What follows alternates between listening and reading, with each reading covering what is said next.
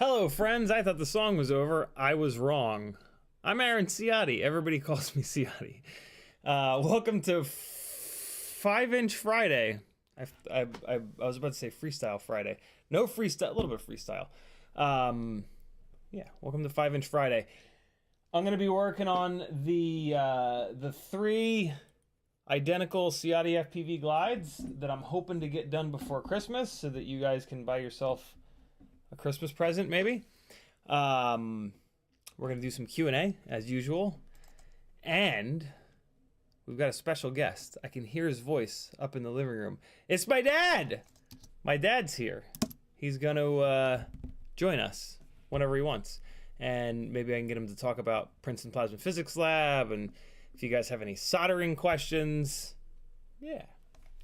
Let me click a couple of things here. Hang on a second. Frank Nicholas is in the chat. Bozadar Reyes, Kevin Sumner, Northern Tier FPV, Dan Richmond, Michael D, McConnell Studios, Steve-O 43068, Cole Powers, Brandon's Baked Beans, Imp FPV, Flush FPV. Hello, friends. How are you on this fine Friday? We're having a Christmas party here tomorrow, so it's been utter chaos today and yesterday and tomorrow. And today's been a weird day. Today's been a rough day. I went from like being on top of the world to frustrated beyond the bounds of rational thought. The last gig that I did, which was like 6 months ago now, the guy that hired me for that messaged me and said, "Yo, I need you in Cabo on the 21st. I was like, what? So we talked today, and yeah, he wanted to hire me at my day rate and fly me down to Cabo on the 20th, and then I would fly all day on the 21st. He's got a 100-foot yacht, and there's that big, you know, there's like that island with that big rock arch that a bunch of FPV pilots have now flown through. Yeah, that's there.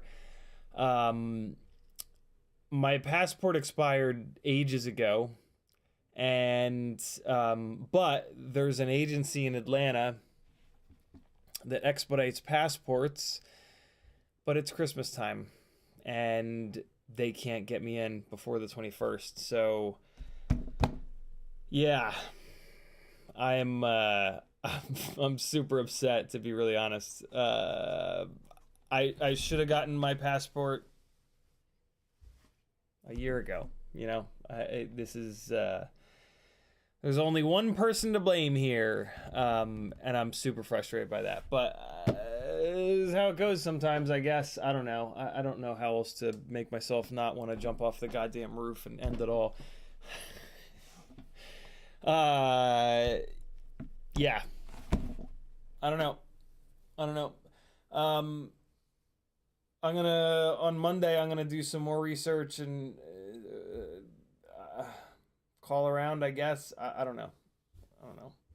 We'll see. Maybe I can work some magic. But yeah, I was, I mean, like, the gig itself is, like, super amazing, but, like, I was also really excited because I felt like, you know, maybe this was the streak of not getting any gigs ending. So it was like a double fuck you. But I don't know, man. I don't know. It's fine. Everything's fine. Everything will be fine. Everything's okay. It's fine. It's fine.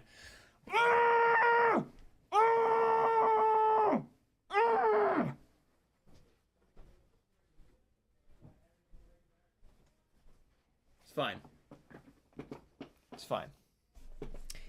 Look at this. Look what I did. What's that? That's on the other side of the room, friends. Look. Look where this is. Right on the other side of the desk. I can't believe they fit there, but now that the elliptical is gone, there's actually kind of a shirt there. So yeah. Hey, if you want to talk directly to me in the chat, all I gotta do is type CiottiFPV. You gotta spell it right, but yeah, that's all I gotta do is type CiottiFPV. It'll light up an orange like that, and I have a special guest. There's no chair here. How the hell am I supposed to play drums? Brought it over here. Oh. Michael DFPV tagged me and said, hello, CiottiFPV and Gangly Gam. Ram Donko said, David and Gang Goliath.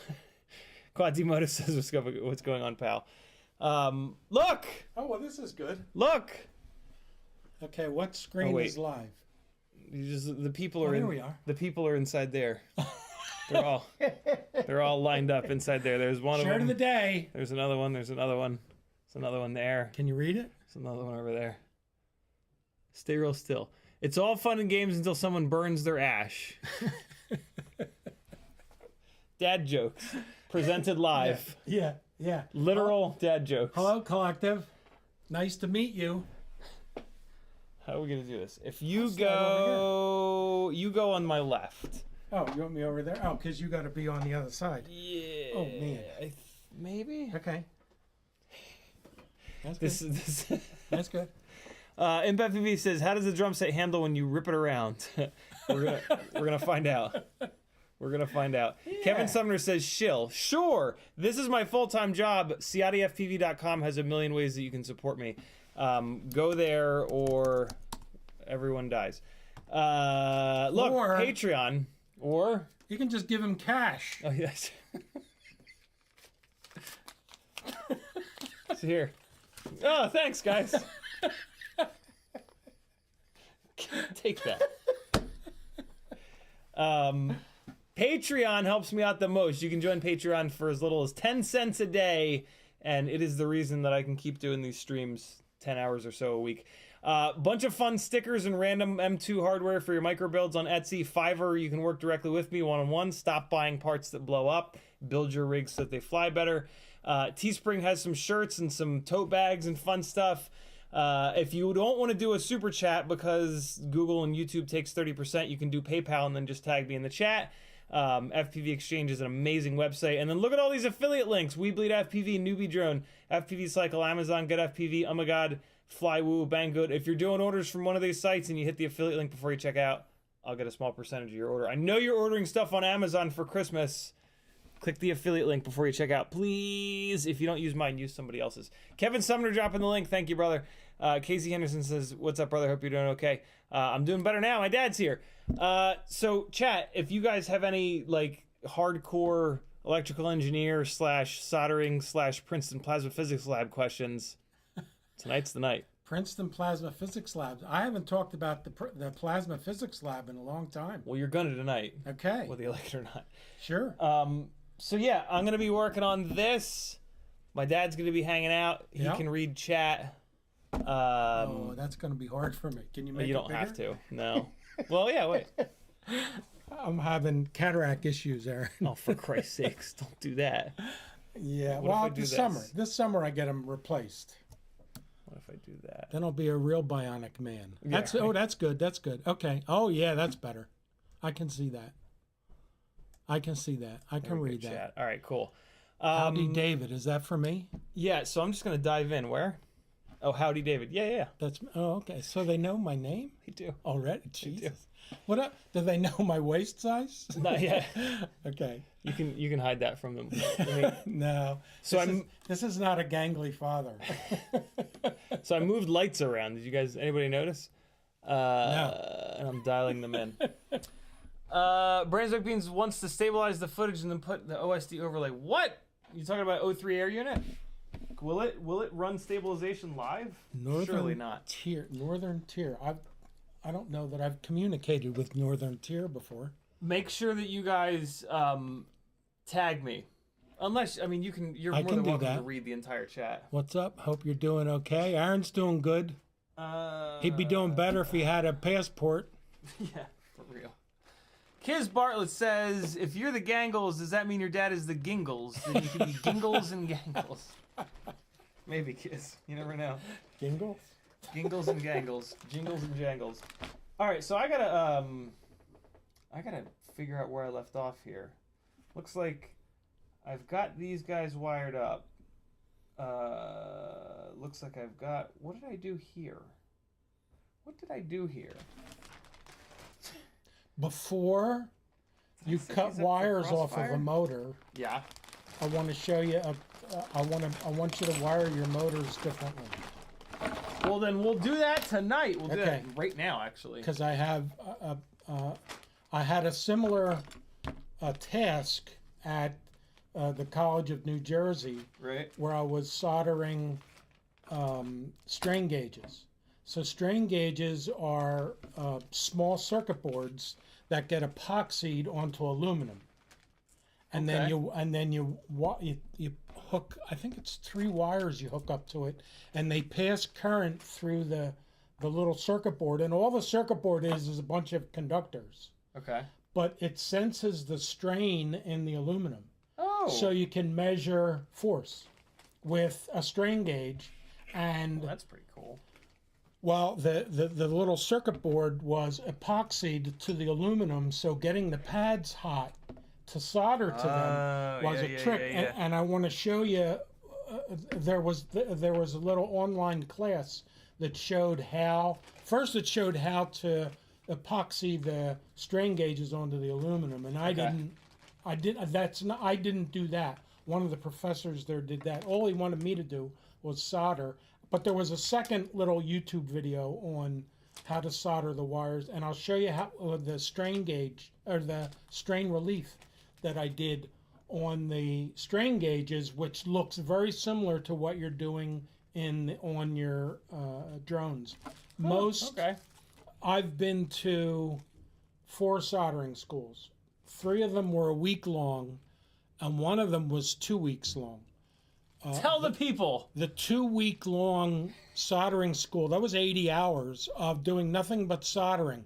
I'm not a NASA certified solderer, but the guy who taught the 2-week solder school was a certified NASA soldering instructor. So we got a lot of the knowledge from him But he did an abbreviated course. To become a NASA solderer, it's a month long. It's a 4-week long. Christ. That's 160 hours of soldering. And what you do is you solder something, and then he has a little jeweler's saw. You know what a jeweler's? It's like a hacksaw, but real. And he would cut your solder joint in half, and then he would examine the inside of the solder joint that you made, and then he would say, "Look, you idiot, you did this and not that, and so now do it again. Do it the right way." And I learned a lot in that 2 weeks from Mike.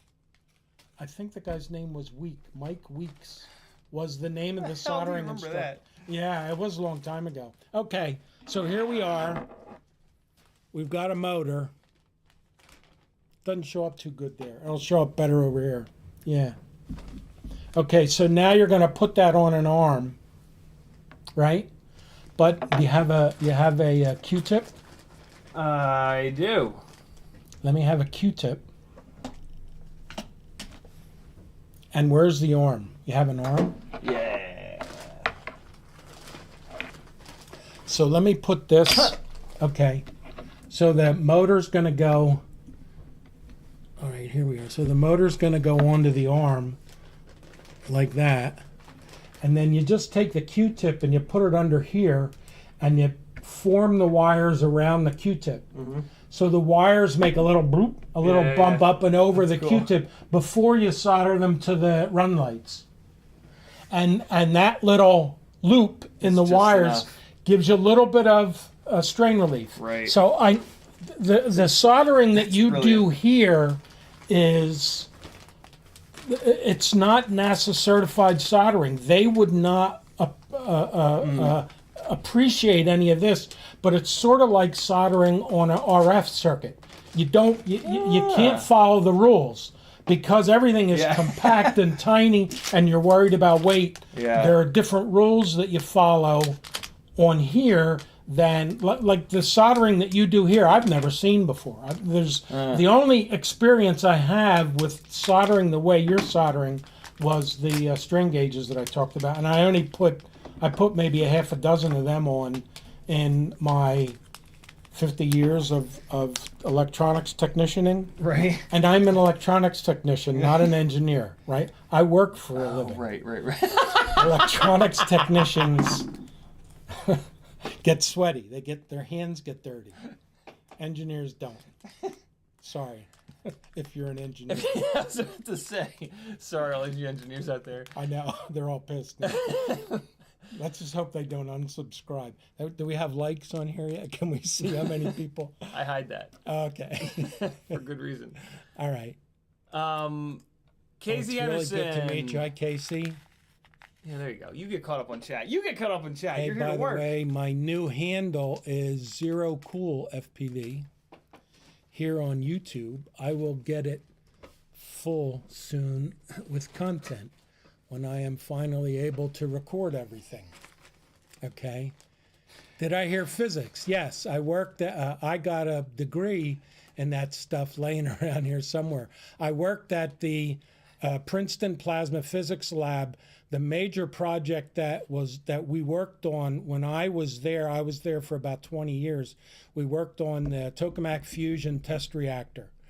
The tokamak fusion test reactor didn't produce any electricity, but it was one step along the way of proving that fusion could work on the surface of the Earth, right? The sun is a fusion reactor. The sun takes hydrogen and compresses it very small, very tiny, right? They get the hydrogen.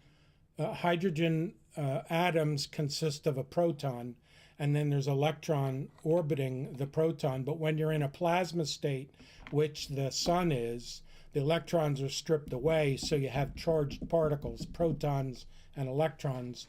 And what the sun does is it gets the protons of the hydrogen atom within the diameter of a proton away from each other. Then the strong nuclear force takes over, smashes the two protons together, and forms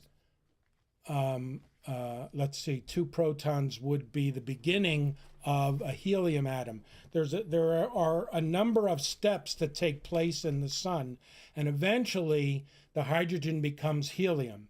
And then when the sun runs out of hydrogen, it'll start burning the helium, and the helium creates... See, this is where I lack in physics, because I don't know what the next step is, but you keep getting heavier and heavier and heavier atoms until the process no longer supports itself. The energy that is expelled when the atoms combine is fighting against the force of gravity, which is pushing all of the atoms together. While as the atoms get heavier and heavier and heavier, eventually gravity loses, and the force from the fusion, it will eventually make our sun a red giant. Now, it's not something you have to worry about because our sun is on what's called the main sequence, and it's burning hydrogen. And there's enough hydrogen in there to burn, I don't know what it is, 1 million years, 10 million years, 100 million years, long enough so that we don't have to worry about it. But eventually, our sun will become a red giant. It'll burn off all of the outer edges of its mass. The sun will consume the Earth. The Earth will be inside of the red giant. It'll burn to cinders. It'll collapse into the sun, and then all of that matter gets expelled, and eventually our sun will become a white dwarf. That's the 1 billion years from now, 5, 10 billion, I don't know what it is, right? The sun's been burning on the main sequence for 4 billion years, so we don't have to worry about it. But the Bible says... The Bible says it all happened 5,000 years ago, so... So we really don't have anything to worry about. That's right, because in 5,000 years, the dinosaurs will be back. Oh, no, wait. Adam and Eve will be back. No. Oh, God. Something will happen in 5,000 years. Okay. McConnell Studio says, is there a strain gauge for people? There is. Another trucking company says, yeah, it's called Life. Kiz Bartlett with a disgusting comment. It's right up our alley. Imp FPV says, check your PayPal. Deal, Imp. Oh, God. Okay, is there a strain? Oh, Imp FPV with a $10 PayPal. He says, instead of super chat, more when you make your dad race a tiny whoop against you. Best, Imp FPV. Oh. So you know what I was kind of planning tonight, guys? Is I can run the car. He beat me to it. Yeah, I can't do. When I was at the plasma physics lab, we all got into remote control cars, and I was in my glory with remote control cars because I got pretty good at driving them. And then all of my buddies got bored with remote control cars, unlike me. That's still. I almost bought one of those things. Really? I almost did. If it weren't for some other financial crises I was having at the time, I would have dropped the $70. Yeah, $70. Geez, I should have.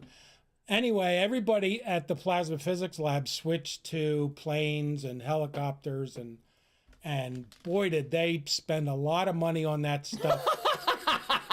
And you mean things that fly are expensive? And they flew it once and then crashed it, and then they spent months repairing it, and then they flew it once and then they crashed it, and then they spent months repairing it, although eventually some of them did become good pilots. The neatest thing that you never met Doug Laban, did you? I remember the name. Doug Laban built, it was a 10th scale, I think it was a 10th scale, maybe it was bigger, helicopter. And it was a real live, honest to goodness main rotor, and then the little thing tail on the boom. back. They had one of those, and there was a collective on it, and people still build those to this day. You should have seen that when it crashed. Well, and so back then, was it gas or battery? good question. Most of the cars were batteries, but then I built a 4-wheel drive car that was gas powered, and boy, did it scare the hell out of me because it was really powerful and it was kind of dangerous. So those RC helicopters, they're the true danger. The rotors nowadays are not fully carbon fiber. Yeah, and they make big power. Hey, chat, who's somebody on YouTube that flies the big full size helis really well? Let me have you. So they fly those things 3D now. Have you seen? I'm sure he didn't do that. He just took it off regular and flew it around, right? Yes. Well, so actually, he was still learning. Right. And what he had on the bottom of the helicopter was 4 sticks about 18 inches long with golf balls on the end. And all he was trying to do was hover. He would take it up about 6 or 8 inches and then cut the throttle and let it back. And he couldn't do that, right? Because he was still trying to tune the helicopter so that it would hover. And that was the last thing, is that he didn't. FLUXFPV says, Ali Shamu, you're not going to believe this. This is one of the most absurd things. This is a video of someone flying a helicopter? Yeah. I put the word heli in. There we go. RC heli killer. Oh, so 12 years ago. No, not 12 years ago. So Casey says it looks like the Bible is correct.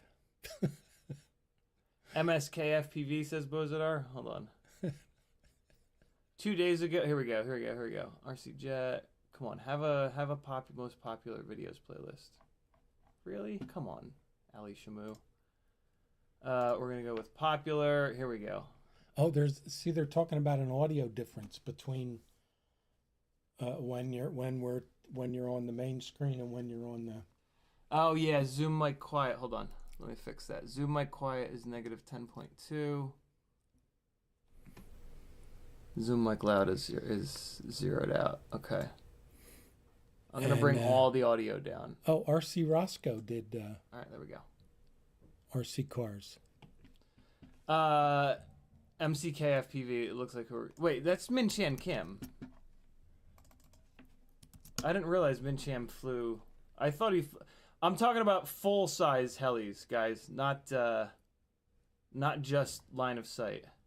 The 3D absurd stuff. Does Min Chan fly that stuff? Let's see. Oh yeah, the plane guys mixed nitro in with the fuel. I remember them doing that. Right. Here we go. Riot 9 has got us covered. All right. Wait, no, that's bold. Don't want to bold it. There you go. Okay. All right. Here we go. Yeah. So this is what these lunatics do now. I'm going to make this real small in hopes... Oh, wait, no, I'm going to put it on the other monitor. That way I don't get copyright dinged. He's upside down. That's not good. They do that. Yeah. All right. Those are... no, this... Oh, so that's not it. That's big. So all right, this is what... 3 minutes in. So 3 minutes in is what we're talking... Here we go. This is what Doug... Oh, so this is what these guys do now. Oh, and he's controlling that. Yeah. Oh, well, that's insane. Can't even follow it with the camera. So this is what we searched for in chat, and then we're 3 minutes in. Can you fucking believe this shit? They're fully 3-dimensional because they just changed the rotor, right? I mean, the collective just moves the rotor. Yeah, and he's flying upside down. Yeah, and they'll cut the grass a little bit, and look at the performance. The performance amazing, is absolutely maniacal. You know, it looks like a fish. Right. It looks like a fish that's about broken. to die. Yeah. Whoa. Yeah, the cameramen have a really hard time keeping up. Oh, yeah. Oh, yeah. Oh, what's that? Oh, somebody. No, it's just a random alarm. It's probably someone calling me about my roof. I can't show you guys because I'll get copyright dinged. But I copied and pasted the name of the thing in chat. Go 3 minutes in. Oh, nobody's seeing this? Nobody's seeing it, no. Oh. I mean, you guys have seen it before, though. You guys have all seen the lunatic, the line of sight lunatics flying the full size helis 3D. That's what we're looking at. My dad's never seen that. 10, yeah. It's not full size. Yeah. For us, it's full size. For RC, it's full size. Yes, that is that is insane. How I can stand it up on end like that. Right. With the what's that rotor? What's the little rotor? You know, you can tell when they're Italian or not. The big propeller goes wop wop wop wop wop, and the little propeller goes ginney ginney ginney ginney. I'm Italian. My parents were born in Italy. You're welcome. That's how you can tell Italian helicopters. All right, what did I miss?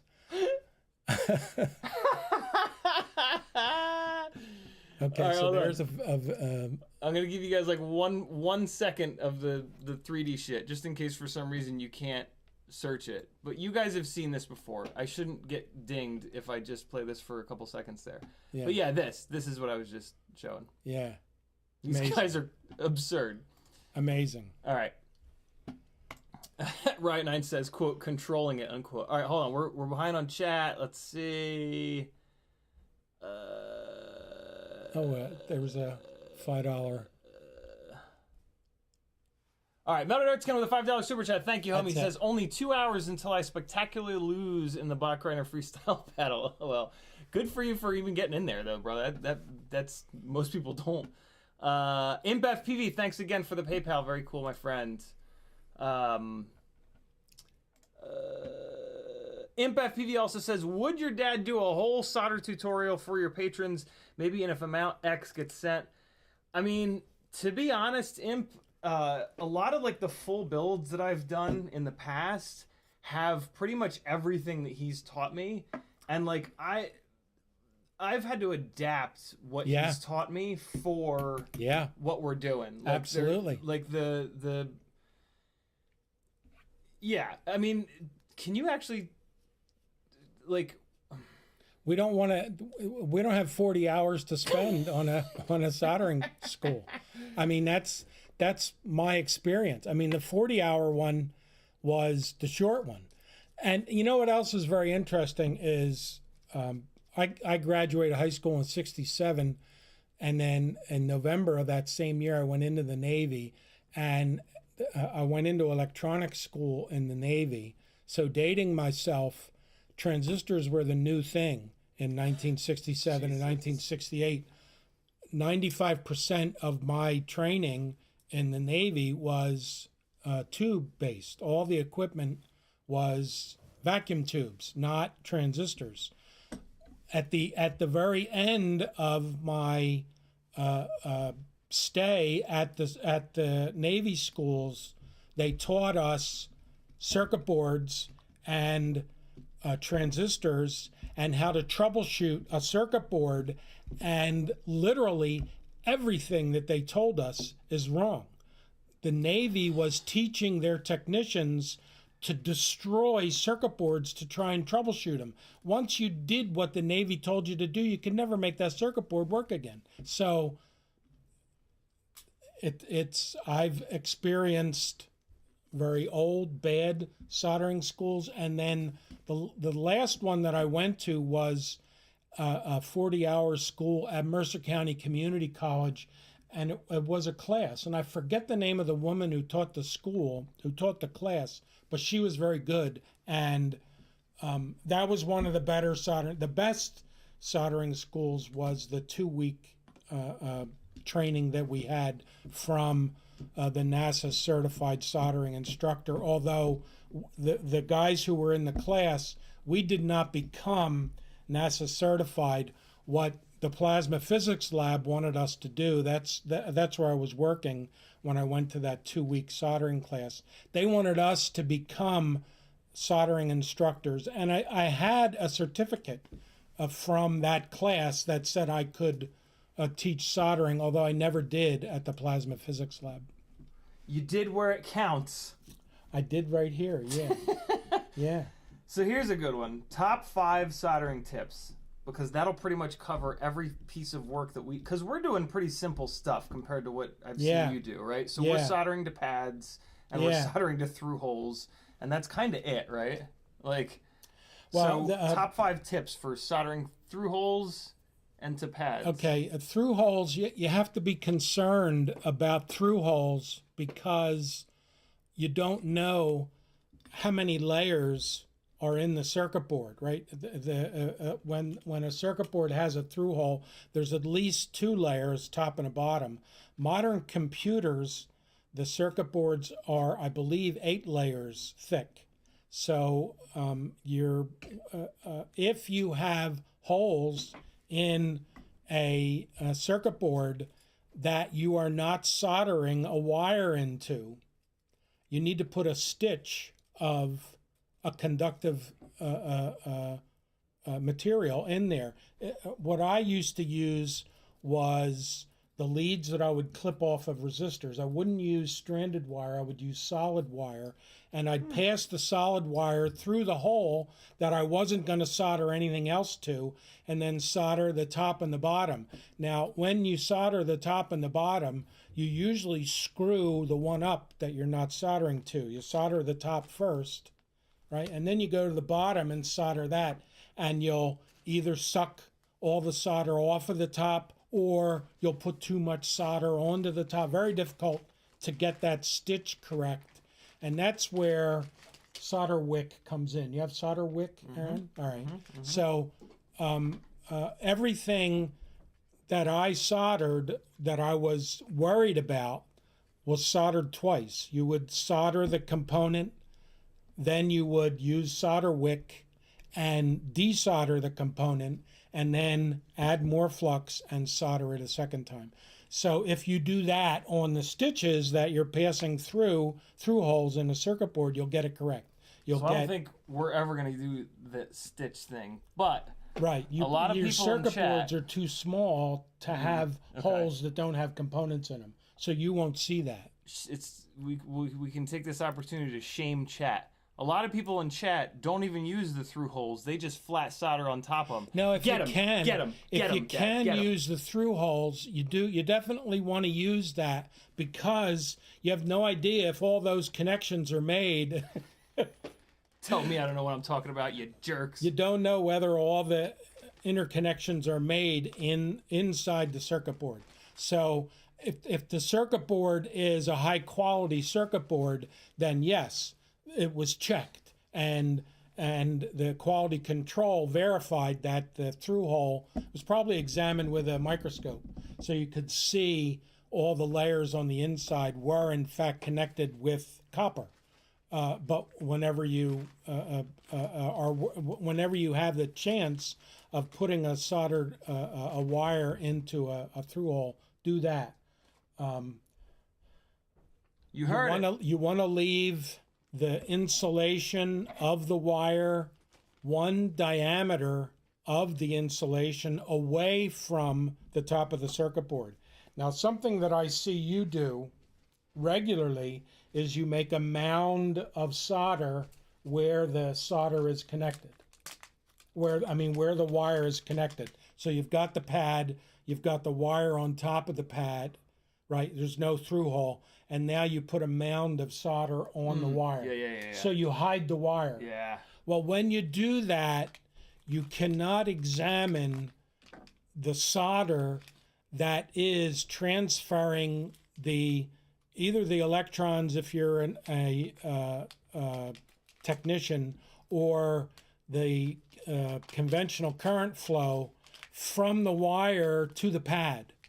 So instead of making a convex blob of solder, what you should be doing is making a concave fillet of solder, so that you can see the wire, you can see the strands in the wire, and then you can see where the solder is flowing from the bottom of the wire onto the flat of the circuit board. Now that on the oh, there you go. There's a picture of it right there. Where's that? Where'd it go? There it is. So it should not be convex. It should be concave. And that way you can see where the electrons are going from the wire down the solder and onto the pad. That's the proper way of doing it, but on the size circuits that you guys are dealing with, Man, that's tough. It is hard. What's annoying is every once in a while we'll get it, but then we're so used to it not being like that. You'll add solder. That we'll be like, no, more is always better. Add solder, and the only problem with adding the solder is if the wire moves when the solder is cooling. The possibility exists that underneath that lovely looking shiny dome of solder, you actually have a cold solder joint. You could hide a cold solder joint when you make that large mound of solder. Now that solder adds to the strength of the joint, but not to the conductivity of the joint. So, what's more important? In my line of work, the most important thing was that you could see where the electrons were flowing, where the power was being transferred from the wire to the circuit board. It's just different when you're dealing with these tiny circuit boards and these 30 gauge wires, 28 gauge wires, man. And we also have to shift because we're putting impacts into these in different, right? So like, yep. That's one of the cool things that I've actually figured out about soldering is that like, there's all different, from talking to him and growing up around it and whatnot, like it's so different, right? Yeah. Like soldering these up is completely different than a PCB on a computer versus in my experience in my experience in soldering circuit boards, the only time I would solder to a pad the way you guys do all the time is when the circuit board was broken and we had to repair the circuit board by adding a stitch of wire and then soldering it onto the pad. Another thing you have to think about is the copper on the pad is epoxied to the circuit board. So every time you put a soldering iron onto the pad, you're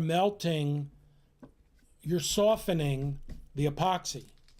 And that's another reason why it's very important to hold that joint perfectly still while the solder cools, because not only are you creating the electrical path from the wire to the circuit board, but you are also then reattaching the copper cladding right on the pad to the fiberglass that is the circuit board, right? You have to let that epoxy cool, and then the epoxy will harden and reattach the pad to the circuit board.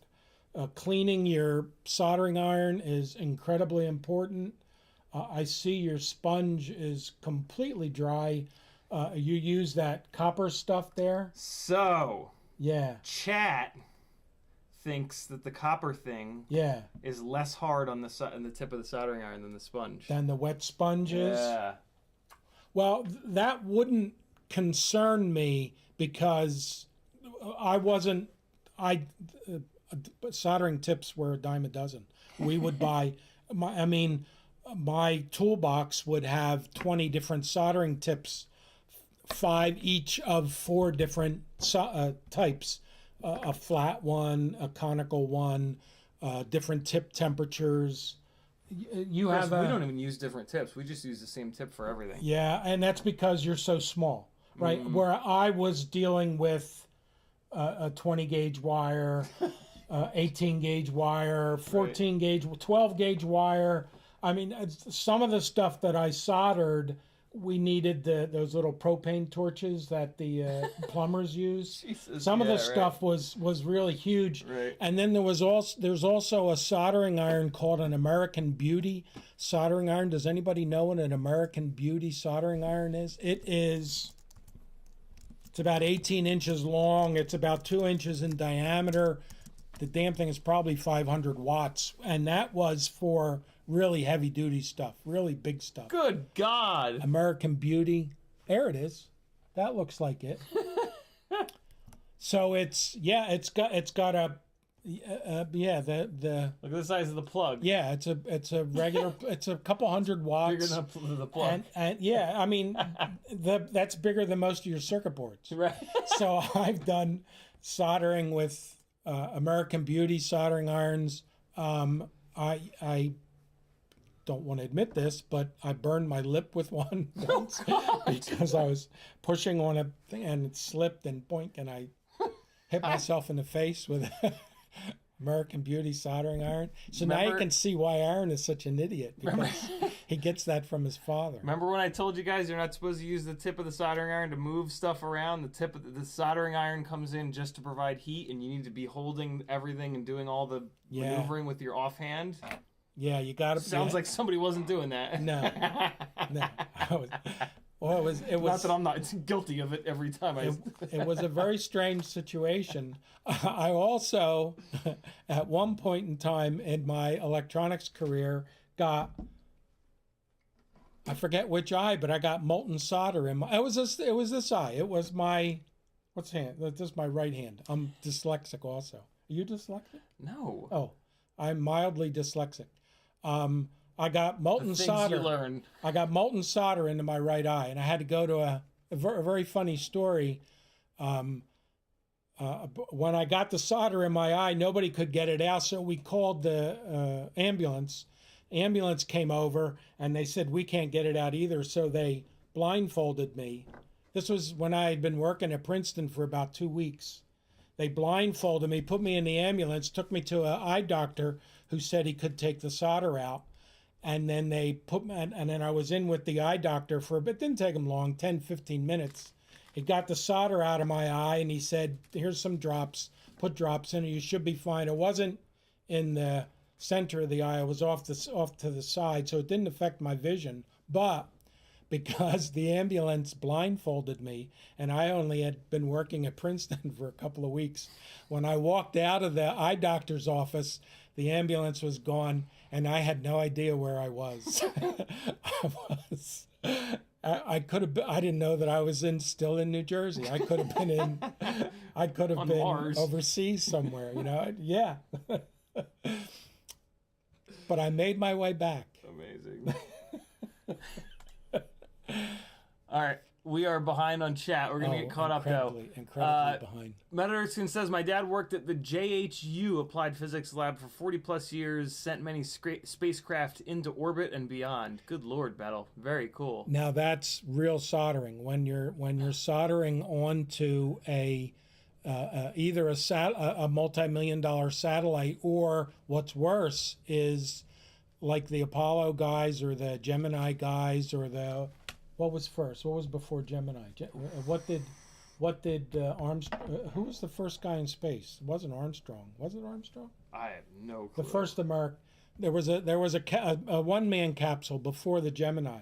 When you're soldering on that, right? When somebody's life is on the line, right? And you have a circuit board that has 100 components on it, right? Each component has at least 2 and probably 4 connections on it. So if your soldering is 99% accurate, you just put 4 problems onto that circuit board.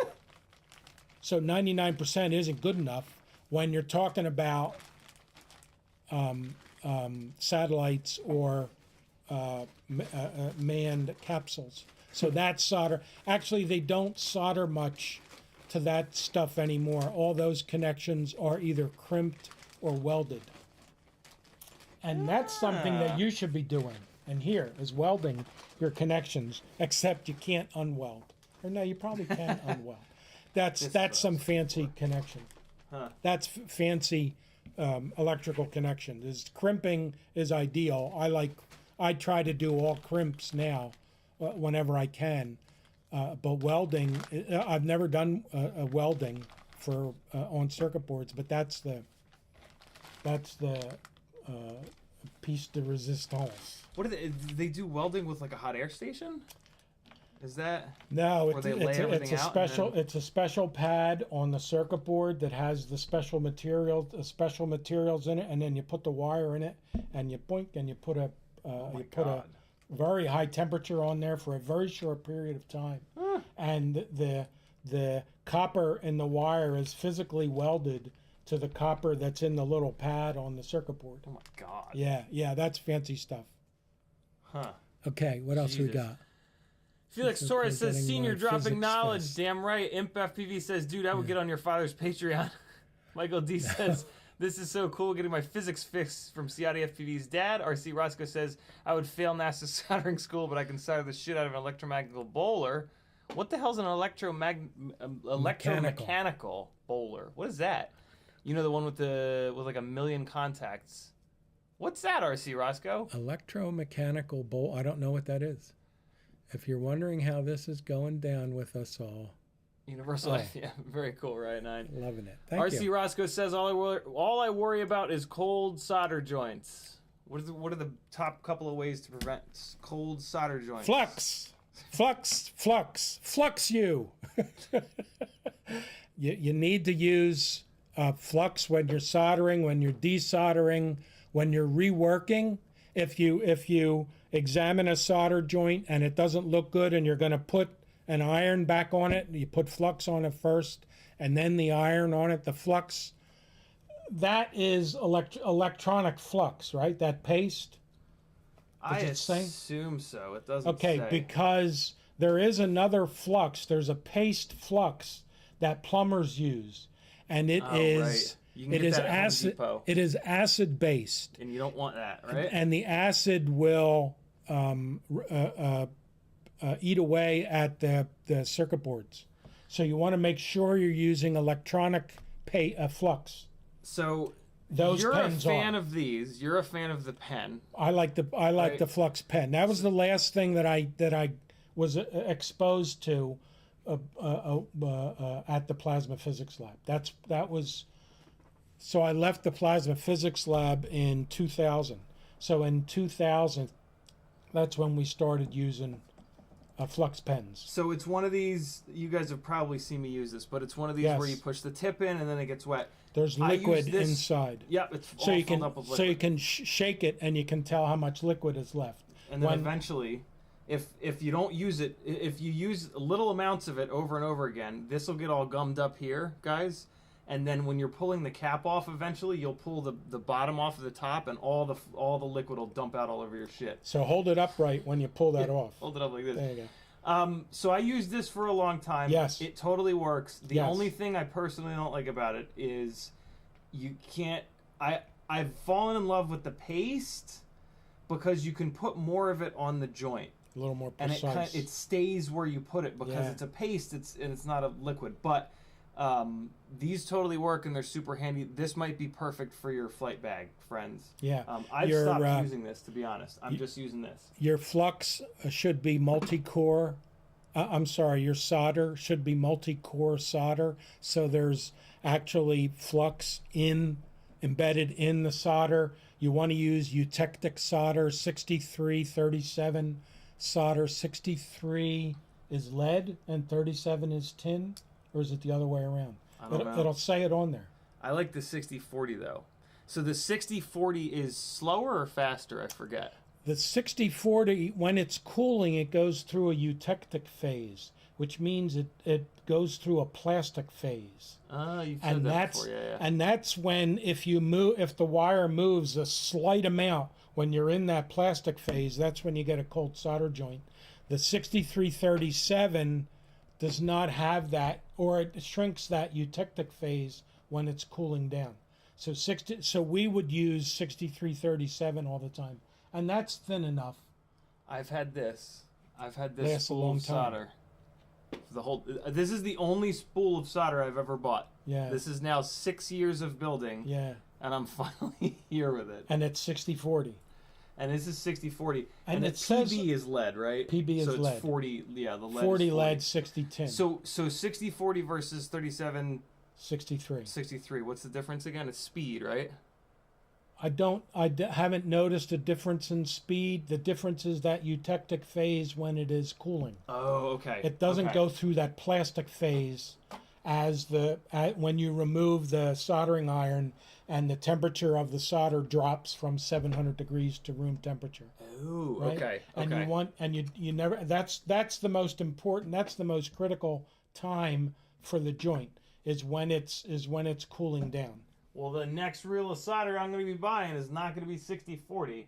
I didn't realize 6337. Yeah, I thought that it was speed related. I thought the 37.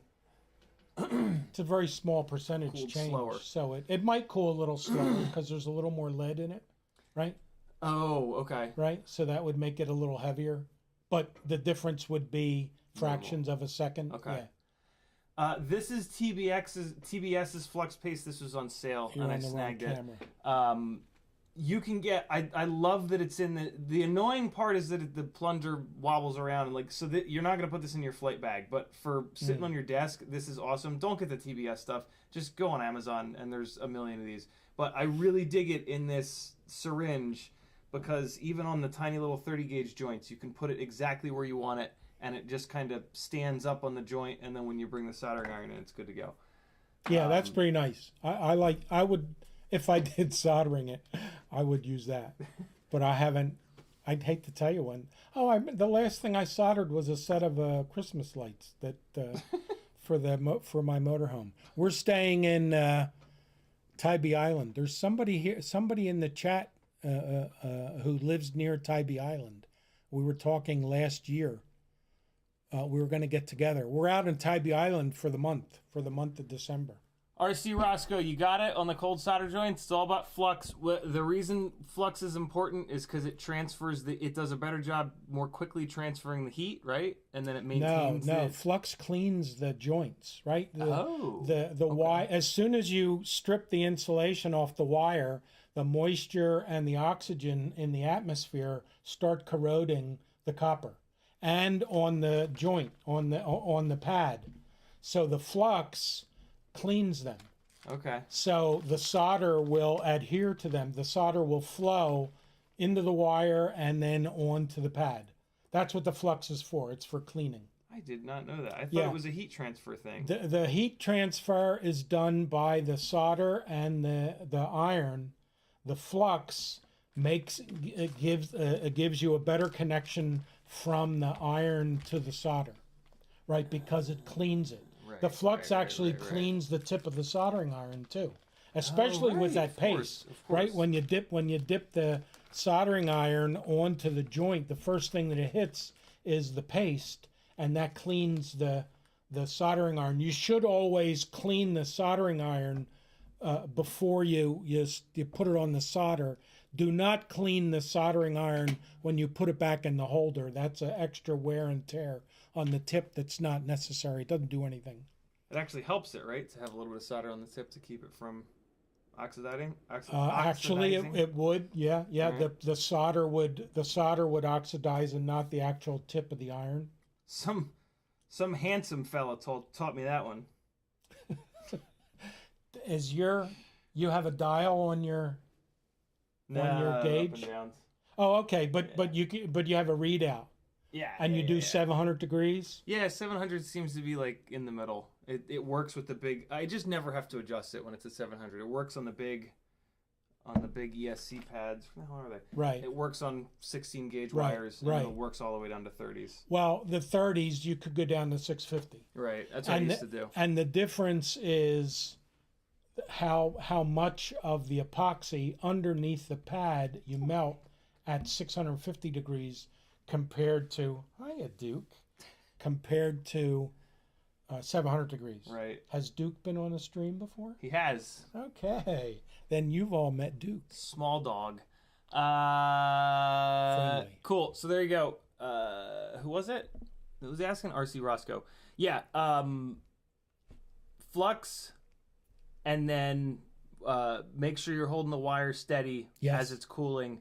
And the main way to do that is to not use the tip of the soldering iron to hold the wire down. No. Your left hand, if you're right-handed, needs to be how you're holding the wire down. Yeah. And then you want to try to have bone support. You want to try to have like the bottom of your palm down on the table. Just figure out how to get your hand so that when you're usually using your tweezers, you can hold that wire nice and steady. If your arm is floating up, God, it's hard for me to show you that, but if your arm is floating up like this, you're never going to be able to hold it. Like this is me actually trying to hold my arm still. Whereas all I have to do is put my hand down. Yeah. And now there's a point of contact, and I can hold it a lot better. And I mean, you can even try to like wrap your fingers down. Like yeah, it depends on where your workbench is, where you're standing, how high up your torso is. But yeah, you got to hold that wire really, really still while it's cooling. Don't blow on it, right? Why don't we blow on the joints? You don't want to use any artificial means to cool the joint. Okay. So blowing on the joint it cools it down quicker. That's for sure. I do it because it's a bad habit that the Navy taught me. And actually, the soldering that I did in the Navy wasn't on circuit boards. It was all wires and turret terminals. And the turret terminal, you'd wrap the wire around the turret terminal. And then when you and we didn't use controlled tip temperature soldering irons back then. We just had regular soldering irons, and we would get those turret terminals up to 1,000 degrees or so. So holding the wire, when the turret terminal got that hot, if you didn't blow on it, you would burn your hands because the heat would transfer up the wire and through the insulation, and you would have to let it go if you didn't blow on it. So that was a bad habit that I got into. It's hard to stop these bad habits. See, this is I don't have a ruler here. I spent 12 years in parochial schools, Catholic schools, and when we were being taught penmanship, the nun would walk around the room with a ruler, and if she saw you doing something wrong, you'd get a smack on the hands, and that would teach you. You would learn very quickly. It was cruel and unusual punishment, but it worked. Can't argue with. That's right. With effectiveness. That's right.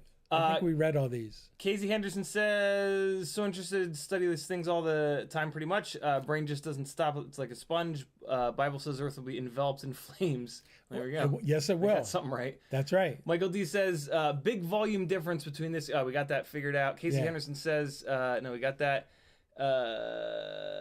Thank you, Casey. RC Rosick says, I used to race 12th scale and 10th scale sedan. Those are big ones. Ours were 10th scale. Oh, were they? The RC10 I had, and you had the JRX2 and JRXT. Yeah, yeah. All right, ImpFPV. All right, so Mincham. Got it. ImpFPV says Mincham had a hell of a video a month ago. Michael D says audio is correct to the bench, and they're both much lower than normal. Oh, okay, all right, hold on. Let me fix it. And we're going to do that. And then we're going to do this. And now we're good. All right. I'm going to give you guys a second to turn your volumes down because I just moved it up by 10 dB. So we're going to talk quietly for a minute here. Metadarkson says, there is one 3D full-scale manned heli in the world as far as I know. Oh, my God. Really? A manned 3D full-scale helicopter? That's absurd. Red Bull owns it. Oh, that must have been what they were doing barrel rolls and back and flips with the helicopter. That makes sense. But very recently, Red Bull, there was a thing like first back, I guess like basically a power loop, what we call a power loop, right? In a manned helicopter, and it must be 3D. Michael Blade says, "Hey there." Now we're gonna get loud again. Hope your volumes are under control. Yeah, we are way behind. All right, we're gonna rip through these. Oh, here we go. There was a good one there. Yeah, there's some good questions being asked too. What was the worst thing Aaron did as a kid? Did you ever consider military school? Now, Aaron was a pretty good little kid. I guess the worst thing that he did was when his mother gave him her car. She had a Fox body 87 Mustang, and then Aaron went nuts with the Mustang. And the worst thing that he did was he put the videos of him going nuts online. And then, of course, his mother found them. And then I had to deal with the consequences because he was out of the house in college. Although that was already when I had the Cobra. I don't really have anything up with the blue car. Oh, yeah. Oh, yes, you do. Oh, that's right. I did. Oh, yes. I can't believe that way that car would wheel hop. They're not on this channel. They're Oh man, they're lost to the ether. They could be. Or no, they're not. I have them. I used to archive your computers regularly every summer when you'd come home. Where the hell did I? That was old iMovie days. Oh yeah, yeah, that's right. That was your when you had the hell are they? The graphite iMac. Remember the graphite iMac? Jesus, yeah, yeah. All the iMacs. Right9 says CiottiFPV's dad equals Morgan Freeman's voice. Denzel the Terrible says David Ciotti, get CiottiFPV to plug his ears and tell us what you got him for Christmas. RC Roscoe says shiny bubble on top. Mederson says I had an ESC that I soldered the motor wires into the through holes, and when the quad lost an arm, it basically ripped the pads in half. So it broke the PCB, right? Metal. Yeah. Hey, that means you had a good solder joint. You know, that's one of the funny things that I've kind of thought of, right? Like we want to we want to get our solder pads nice and strong, right? So we've got an arm with a motor on it, and we want to get our solder pads nice and strong. Well, the stronger our solder pads are, if it pulls real hard, it might rip the pad off.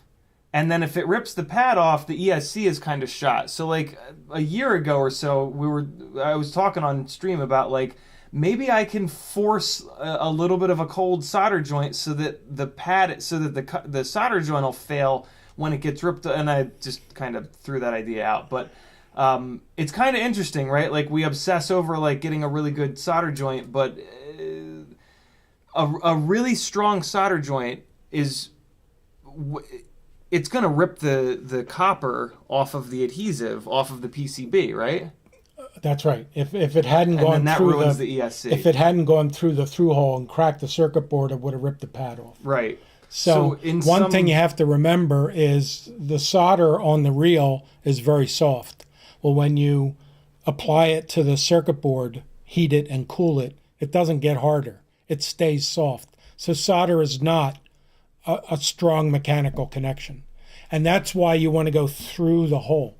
Going through, putting a wire through a through hole makes the joint much stronger than just soldering it onto the pad. Unfortunately, there is practically no electronics that have through holes in this anymore. Hobby. That's right. Unbelievable. They're more expensive, right? Well, it would make the circuit board a lot bigger.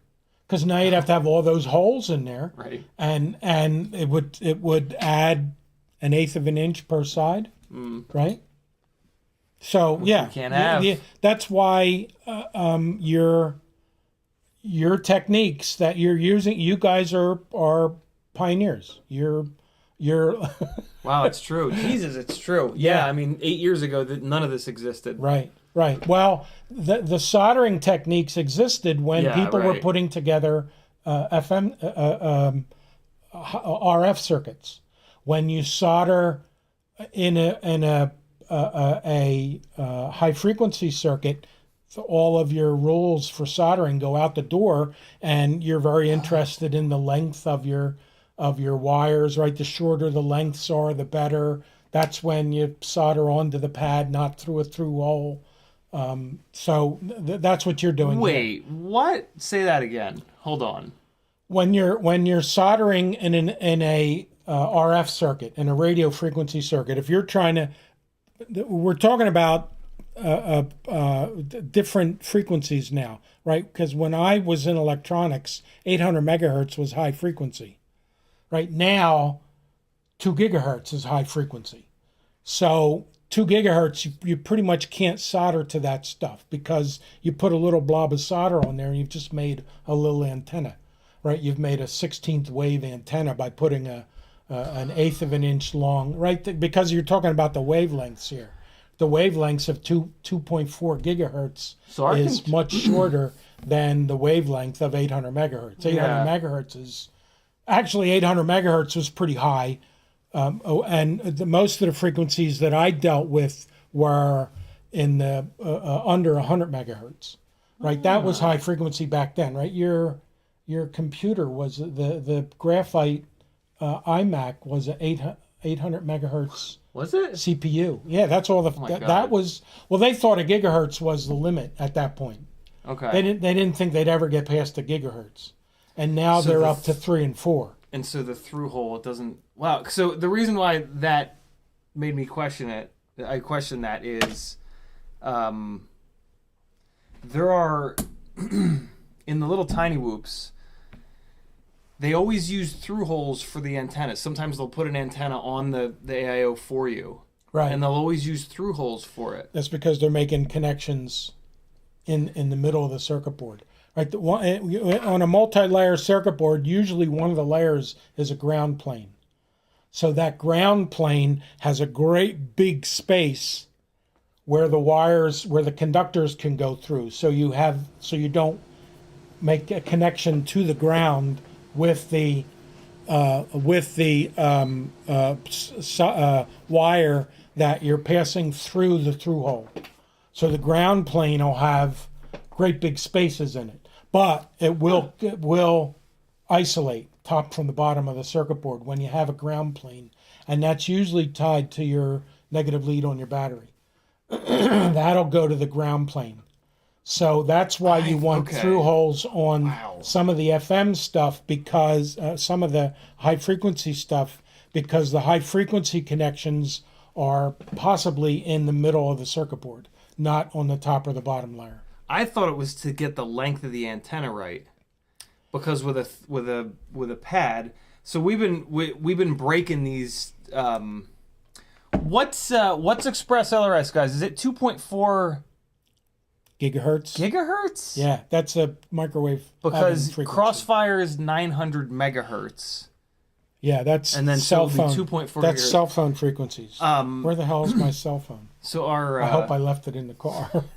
Shit. We've been breaking these antennas off, and we've been having to make our own.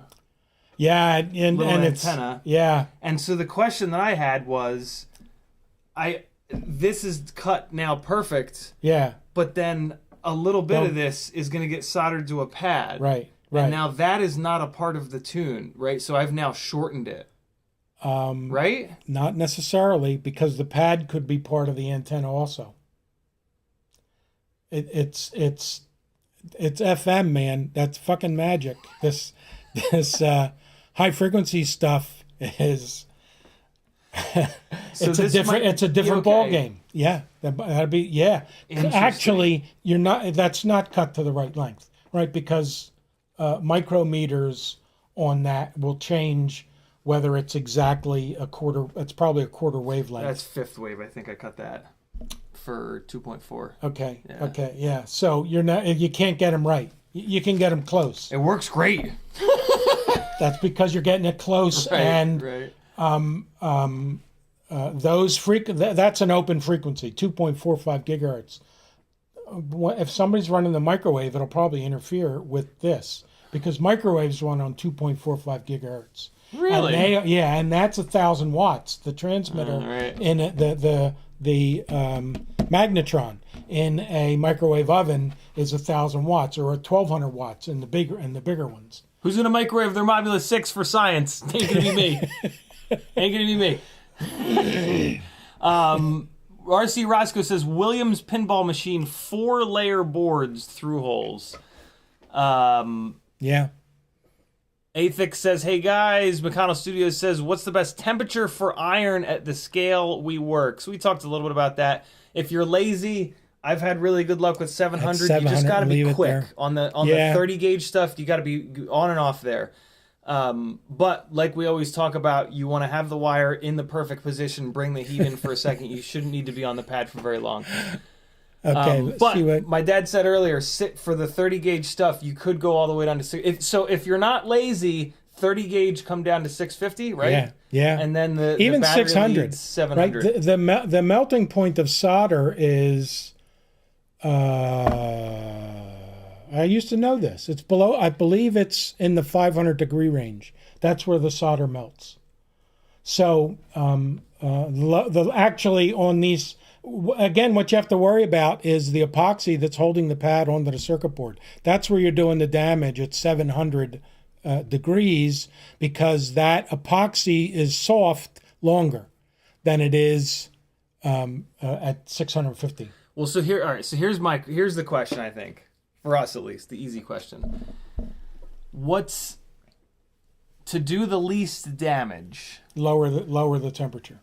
But then you're on the pad longer. You're going to be on the pad a little bit longer. So what's the pacing? Well, right. You also have to think about. You also have to think about when you put the soldering iron on the pad. It takes time for the temperature to penetrate the solder, penetrate the wire, penetrate the pad, and then get to the epoxy.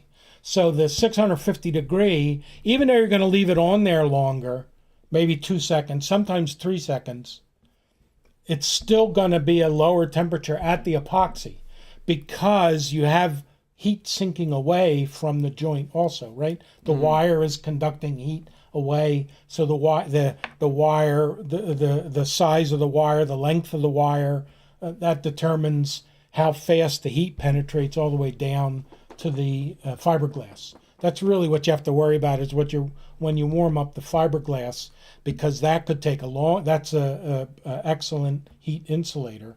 If you get the fiberglass hot, that'll take the longest time to cool. Copper and solder and the wire, they're all pretty good conductors of heat. Okay. And they'll cool off quicker than the fiberglass.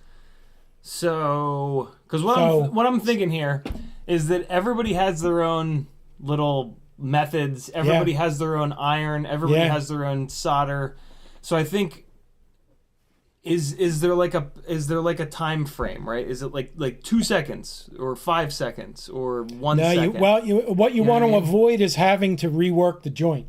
So like when you're soldering a battery wire, you're on a lot longer than when you're soldering a lead to or a motor wire, right? The motor wires are heavier than your leads, your video leads, or your interconnecting leads between the circuit boards. Yeah. So you want to make sure you're on there long enough that you get a good solder joint, and then when you lift the soldering iron off, you don't have to go back and rework the joint. So if it takes 3 or 4 seconds, well, then it takes 3 or 4 seconds. High quality circuit boards will stand 5 or 10 seconds. I've been on high quality circuit boards for that length of time. Some of your circuit boards are high quality circuit boards, others are not. Right. So you have to have a feel for. So 5 to 10 seconds is a lot. That's a lot. Yes. There you go.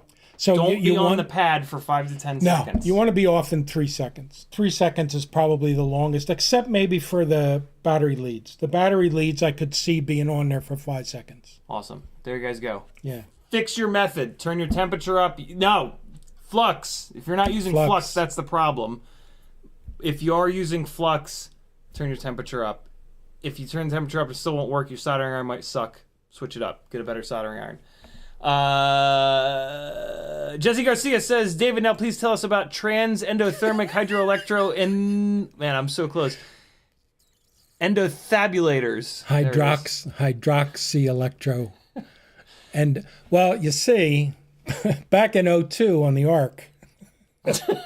Right, and it says, David Ciotti did the mustache come back with any clutch. What? Mustang has to be. Oh, can't be mustache. Come back with any clutch. Yeah. Oh, and he was done with it.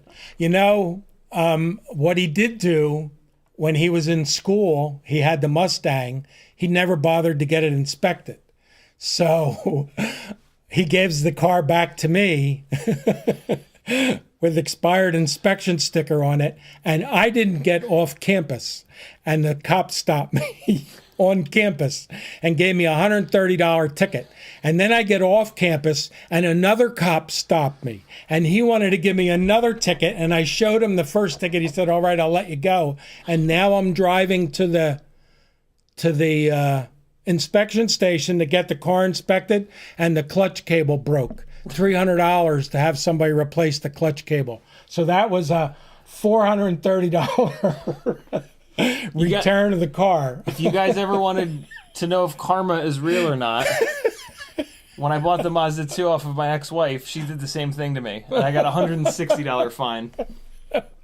Yeah, okay, good for you. Athix says, would David approve of the TS100 it's a specific kind of little soldering iron. I can just tell you guys, yes, it holds its temperature well, and that's what's important with soldering irons. Yes. Although in my opinion, the problem with the TS100 is it's not really comfortable. It's just not. It's a weird shape.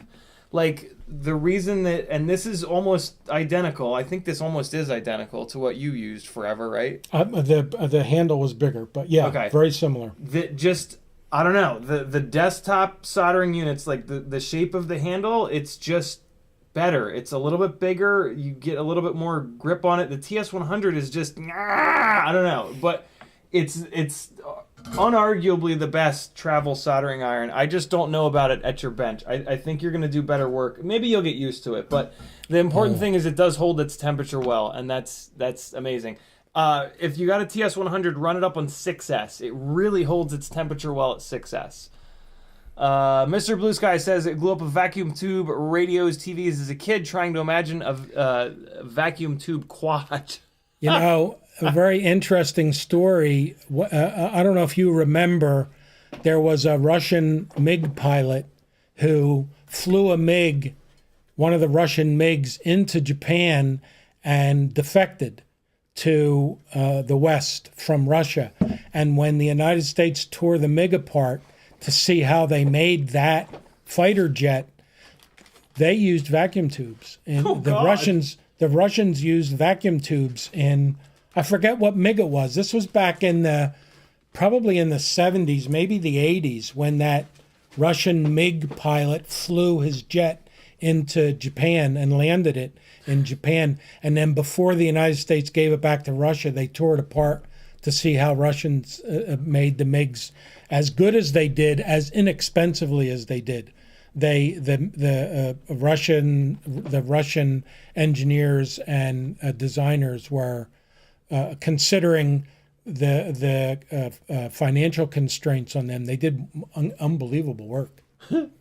Mr. Blue Sky, oh no, we got that. Ryan9 says, CiottiFPV soldering is so much better tonight. Weird. RC Rosca says, Mr. Ciotti, do you solder under a microscope? I had one at the College of New Jersey, never used it. This light that Aaron has, does everybody know about that light with the, yep.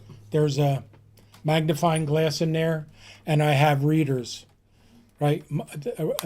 Today, I have cataracts in my eyes, so I couldn't solder if I wanted to because I can't see stuff close up now. I'm getting the cataracts taken care of this summer, so next summer I'll be able to solder again. But that's the most magnification I've ever used is that eye loop for examining all the time, and then readers. And I saw there are these. I don't think you have them. They almost look like these things here. Oh, this? Yeah, okay. Yeah. Those, I saw a lot of people with those things. Very similar things. No matter how funny you look, if it makes actually really nice. Yeah, if it makes the joint big enough so that you can see what you're soldering, it's well worth it. I never used those. I couldn't handle those. Most of the time I use this when I need magnification. Oh, an old school bowling machine. Remember that question we had about? Oh, yeah. That was from the 60s and 70s. Oh, my God. Magnetic coils sounds like... Yeah, that's sort of like pinball machines, too. They had similar technologies in them. These are really nice. They're the nerdiest things ever, and you're going to hate it. But every once in a while, these come in super handy. Yes. Tiny whoops mainly, or when they come in really handy. You can do everything with one of these. Alan Shepard's the first American in space. What was the capsule that he was in?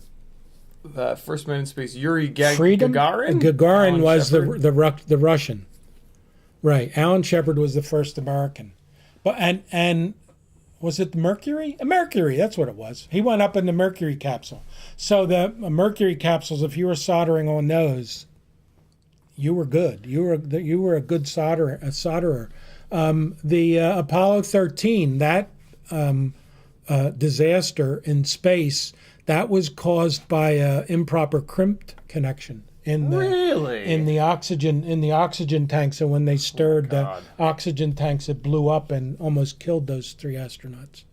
But P. Richard Scott's in the house. He says, "Oh snap, NASA soldering lesson." Yeah. You get to meet Patrick tomorrow, actually. Patrick, my dad will be here tomorrow night for the party. RC Roscoe says, "That's soldering 101. Chow FPV says, "I grew up on Tybee." There we go. Small world. Yeah. Did we speak last year, Chow? I think Chow FPV is new. Okay. Then there's somebody else. Because the other person invited me for a beer. See that, Chow? That's how it's done, friend. That's how it's done. Shameless FPV says, "Who's this guy? You know some stuff, it sounds like." It's my dad, Shameless. Ryan9 says, "How were the tires in the Mustang when we got it back? Any clutch left?" They were wide. Aaron had bought... The tires were so wide, you couldn't turn the steering wheel all the way to either side because they would rub on the inside. How wide were those? How wide were those tires on that? Way wider than what was recommended. The Cobra had 295s at one point. Your Cobra? Yeah. Wow. But the Fox body, it wasn't that wide? They were like 245s maybe, 255s. Okay. They were fat. Definitely bigger than what it came with. Oh yeah. Here we go. CMYK says build clean and CMYK, we need to do a design with build clean, with Mr. Clean, the Mr. Clean logo maybe. That's a good idea, CMYK. Build clean shirt. We need that. RC Roscoe says, "Is this info for me? I've been soldering vending machines, computer board repair work, 25 years plus. Very cool." Casey Henderson says, "If the tip turned to copper color first time I barely cleaned it with a copper sponge, is it ruined or did I just get it super clean and is it good?" It's ruined. Very thin tip, like a pencil thin tip. It's ruined. It's ruined? Once it turns copper, you'll never keep it from oxidizing. Tips are cheap. They've got to stay silver colored. There you go. RC Roscoe says, "Thanks. Take all info." Hell yeah. Mud Anderson says, "That Omni Fixio third hand thing that JB recommends has been a soldering game changer for me. Too late for Christmas this year, but highly recommend." I do not like those third hand things. Yeah, I never use them. Something that I did that I would do that I've tried to get you to do is masking tape. I know. I used a lot of masking tape to hold a wire perfectly in position, and then now you have two hands free. One hand for solder, one hand for the soldering iron. And I did a lot of soldering with a lot of masking tape. So I've used the masking tape thing, but it's too. I get frustrated with how slow it is. Yeah. This stuff, guys. This stuff that looks show pretty all neat. The time. It's just sticky enough, and you can do it with it. And that's just pushing the wire into it. You can also then mold it up over the wire to really hold it in. So this is, in terms of like getting this shit done quick, I prefer this stuff. The masking tape absolutely works, but I just get frustrated with it from a speed and laziness perspective. The masking tape would come in handy for me because I got into the habit of soldering, wicking the solder off, and then soldering a second time. And that's when holding something perfectly steady became very handy. And I would use a lot of the solder wick too. I would go through a roll of solder wick almost as often as I would go through a roll of solder. So the wick... Same amount? Okay, yeah, right, because you were using solder on these little spools. Yeah. I've never made it through an entire one of these. Because I moved to the big massive roll very early on. Right. All right, we're gonna fly through this chat because it's 8:30. We got half an hour left, and I do want to do a little bit of flying, chasing the RC car. So here we go. Full speed, quick answers. Where the hell? Paul McDonald says, "Is Santa gentleman on stream with you? Gonna be back for the holiday stream too?" LOL. Probably not. No, you never know. I'll be in Tybee. CMYK says it's a long drive. It took us 6 hours to get here. You can get same-day passport in Miami. Just saying, yeah, I can get a same-day down in New Orleans, but it's 400 miles. Miami's even farther. I don't know. I'm gonna figure it out on Monday. Casey Henderson says audio sounded exactly the same. Fine on my end. Awesome. All right, audio. Sound problems. Bacano Studios says, I use race wire LEDs to keep the main flight controller safe from ripping off pads. Losing the LED strip is less expensive. That is one of the things I love about race wires and race LEDs. There are more pads that you can... One of the things I did think of was, well, with a race wire, instead of just the ESC pad, you've now added 2 extra pads, and maybe you'll get a cold solder joint on one of those. So if you rip it really hard, it'll pop that. I mean, even if you get all of your solder points nice and strong, it at least you got 33% chance that you'll rip the outside pad off on the LED race wire, 33% the inside pad on the race wire, 33% on the ESC. So you're playing the odds. Is one of the things that I've kind of thought before. And that little trick that I showed you with the loop over the Q-tip, you can do that on the other side of the race wire too.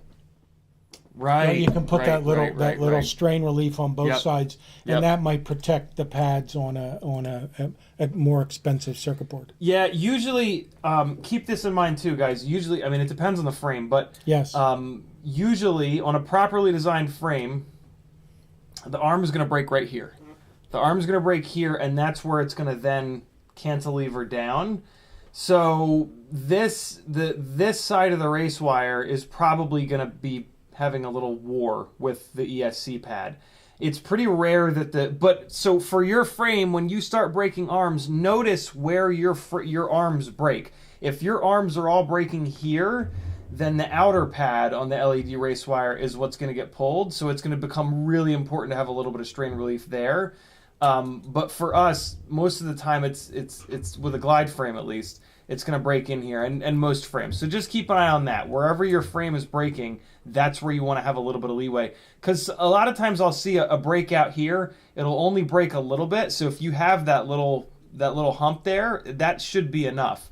If an arm breaks in here, it usually goes all the way. So doing that trick that I show you guys where you take the motor wires and run them sideways like this, and then down the arm, that's going to be your extra little bit of wire here.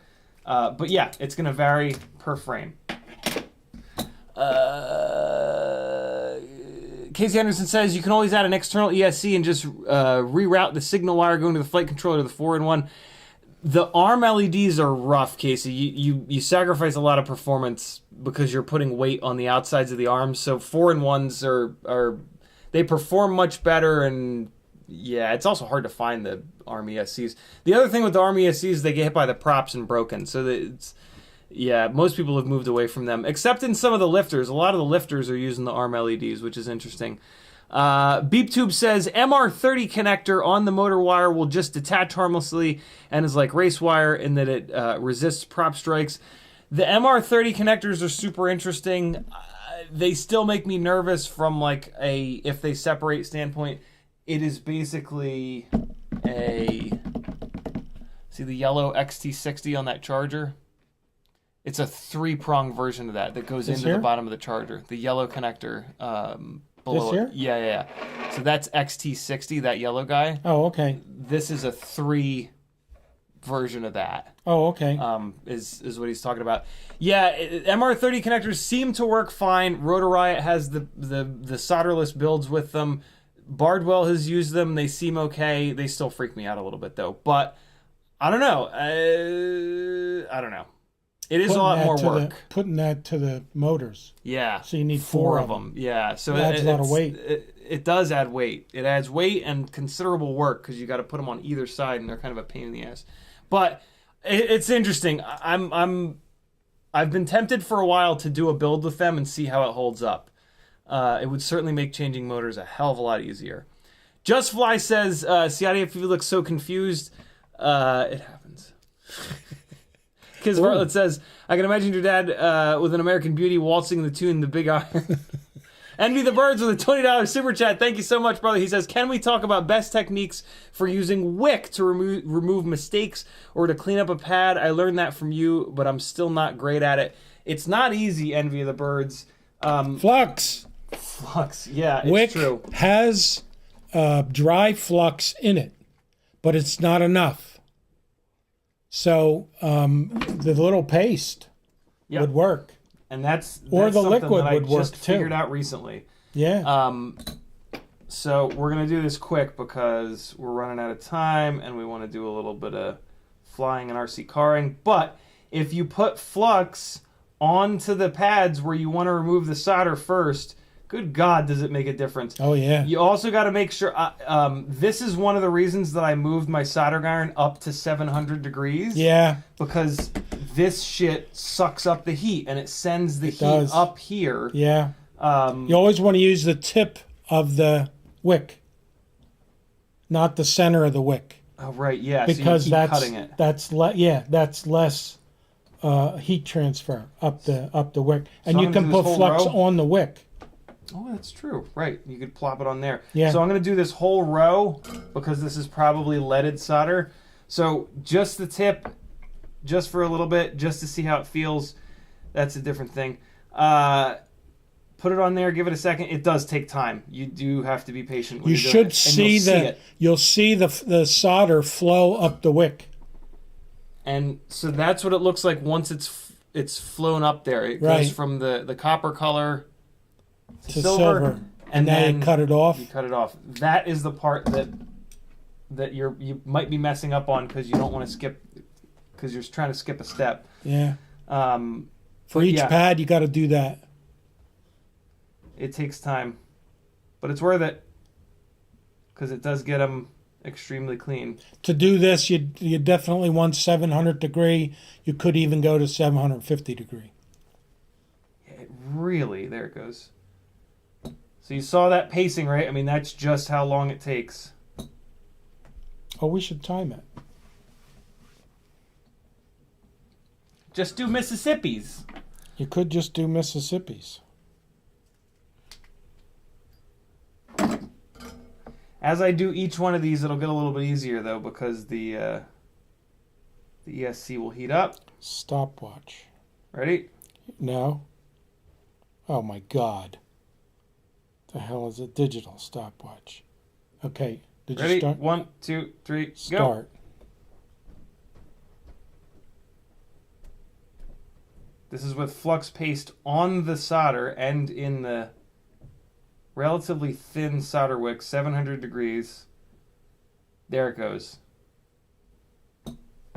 16.78 seconds. What? Oh my God. That's wild. That did not feel like 16 seconds. 16 Jesus. seconds. So there you go. But because you were putting the soldering iron on the wick, right? The soldering iron was 700 degrees. The wick was 700 degrees. But the bottom of the wick was not 700 degrees. That was cooler. So you didn't get that 700 degree temperature down through the pad, through the epoxy, and into the fiberglass of the circuit board.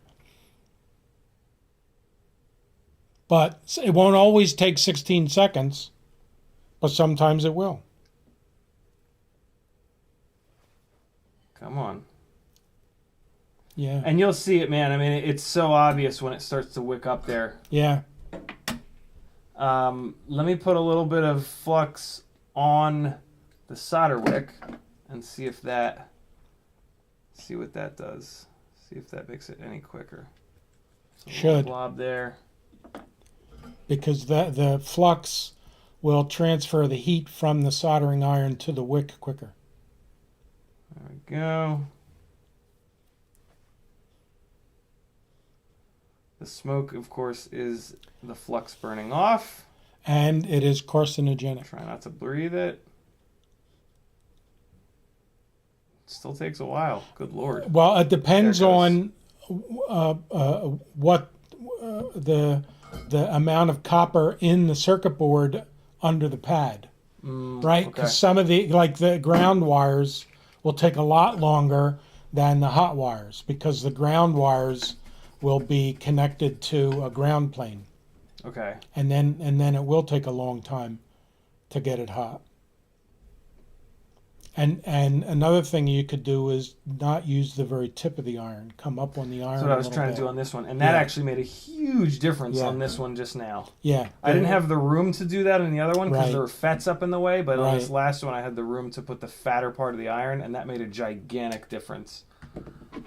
Think about heat when you guys are soldering. Think about heat transfer, because that's what soldering is. You're just moving heat around, and the solder will flow to the heat. You can actually solder upside down. You could put an iron high on a circuit board and put solder in underneath of it, and the solder will flow up to the soldering iron. Envy of the Birds, let me know. Tag me again if you have any other specific questions on it. But yeah, I think that you just got to be super patient. Here we go. Orga says, time for a $300 paying back for clutch funds. Mr. Blue Sky says, I was born in '63. Mr. Blue Sky, you're a senior member of chat. An FNG. Cole Powers says, soldering conical tip or flat tip? You'll have to have a conical tip for the smaller pads, but if you can get away with the flat tip, that'll transfer heat faster. So the soldering would be a little bit quicker with a flat tip, as long as the tip isn't wider than the pad. Most of the tips, the tip that the TS100 comes with, and most of these irons come with, is kind of perfect for us. It's a flat tip, but it's not too small, not too big. It's a conical tip. No, they're flat. It's kind of like a mix. It's like a conical with a little bit of a flat a little bit top of flat. Bottom. Yeah, it's just perfect. It really is. Flat tips, I think of, look like a screwdriver. Oh, right. That's what I think of when I think of flat. That looks more like a Phillips rather than a flat blade screwdriver. Yeah. Yep.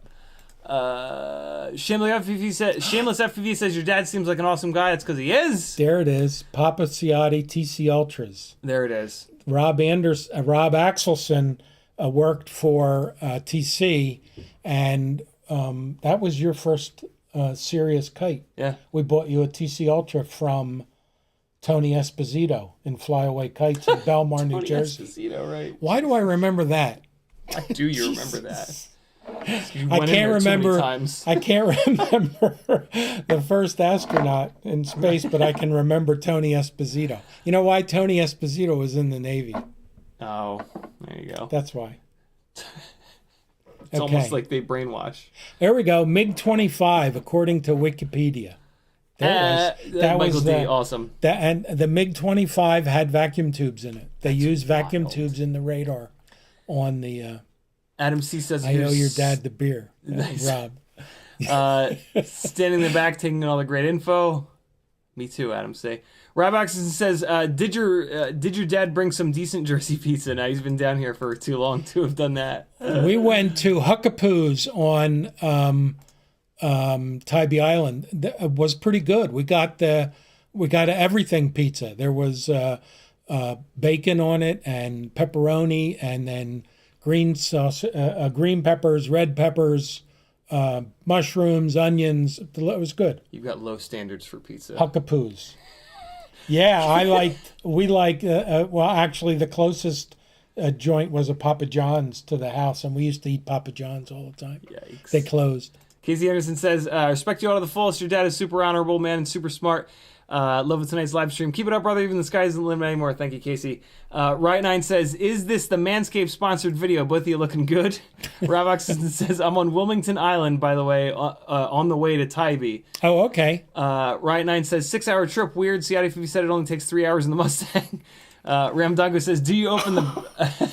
oh, there's a good one. Ramdongo says, do you open the braid up? Sometimes. Nah. What would that do? This stuff it won't. Oh, yeah, it will. Yeah, it will. You have to be... When you open the braid up, you'll see a little... did you see the powder come out? That's the flux. Yeah. So you don't want the flux to come... Well, if you're going to flux it...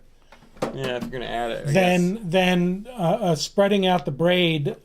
they make different gauges of wick, solder wick, so you can get really thin wick, which might work. Although on those pads that you were doing it on, the heavier wick was better. But for the smaller pads, for the smaller wires, to make it thinner, yes, so it'll heat up quicker. It would heat up quicker, and you would spend less time on the circuit board. Yeah.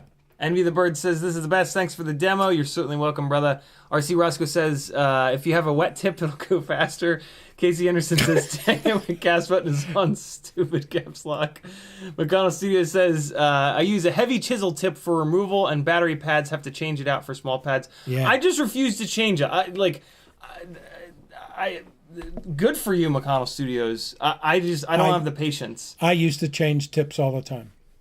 I would keep 3 or 4 tips right at my soldering station, and I actually got pretty good at changing the tips without letting the iron cool down. Right, that's what drives me nuts. It's like, yeah. I'm not gonna wait long enough. I'm gonna burn myself. Yeah. But yeah, that is, I mean, obviously a better way to do it. You could have 2 soldering irons too. I did have 2 soldering stations. I had one for printed circuit board work and another one for the heavy duty stuff I did. That's the American answer. Jay-Z says people can't see you need to keep tinning the people can't see you need to keep tinning the soldering tip. Tinning the tip definitely does help, Jay-Z. I think that's what you're trying to say. Yes. Yeah, that's one of the very simple ways to do a better job at soldering. Aids and heat transfer. Yuri Gagarin is first man in space. Damn Ruskies. Jackalope says Yuri Gagarin, or what was the other? The somebody said it was somebody else, but someone else. Besides. First American was somebody else. Yeah. Was Alan Shepard? I think that was it. Was it Yuri Gagarin, the first Russian, or the first human? First human, I think. Jackalope FPV says CiottiFPV knows Tommy Chong. I do not. McConnell Studios says amazing stream, says a wealth of information and fun. As Dad says, FM fucking magic. That's Cheech and Chong, Tommy Chong, right? Right. I know him. RC Roscoe says, I've been away for a few months. Or at least I think I do, man. All right, we only have 14 minutes, but I want to get some flying in. And my dad is going to drive the truck around, and I'm going to chase the truck. Is the battery charged? It is. It's exactly what you remember. Do you know when the last time I drove a RC car? Probably around the same time for me. Yeah. Do you want me to make it easy for you to get into the truck or hard? Anything and everything. So Felix will stand in the middle of the couch, and then you can kind of run around the couch laps. But upstairs is even better because you can stand up on the stairs. But let's try it down here first. All right, hold on. I gotta get the things plugged in. And you want me to drive around the couch? Yeah. If you can. I mean, you do you. I'll make it work regardless of where you go. Do you normally have more lights on in here than this? No, the cameras are just really good in low light. The cameras are incredible. Yeah. This is dark. Yeah. Let me, I am gonna kick some lights on. Come on, phone. Stop trying to update things. There we go. All right. This is gonna be the We Bleed FPV rig. Here we go, friends. I'm gonna have to stand on the couch, Aaron. That's what Felix does. Yeah. Don't fall. Yeah. I put all the whoops up on the wall. I've been cleaning up, and now things are like where they're supposed to be, but I'm not thinking that they're where they should be. Oh, you put tape on this thing, didn't you? I did, yeah. You can slide it a little bit. And then the next thing it's going to get is that full throttle? No. Oh, good. All right. I was going to say, I didn't charge the battery, I guess.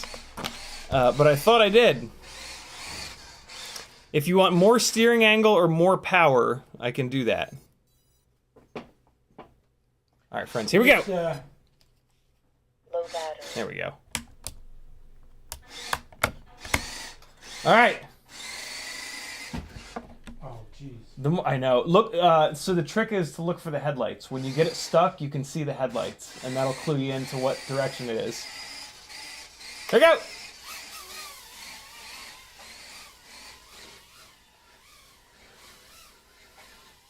Back it up, and then turn to the right a little bit. Yep. Oh, actually, here, guys, look. This is now here. So if you just do laps, that like you doing consistent laps is the best way for me to actually be able to catch it. Back up, you're on the thing. Man, it is The drum set down here makes it a lot more challenging to run this lap. Left a little bit, you're good. Back it up. Right a little bit. Other right. Oh, God, I was dyslexic.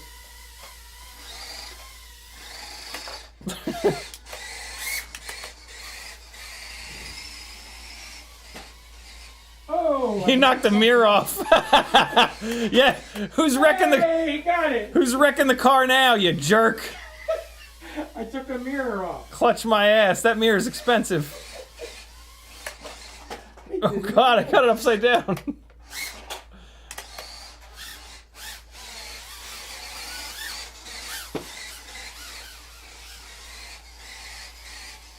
Oh God!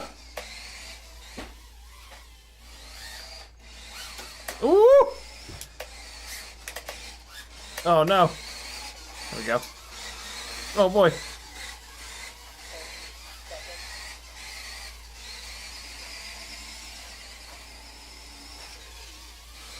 Ah! I bet you never played the drums with me.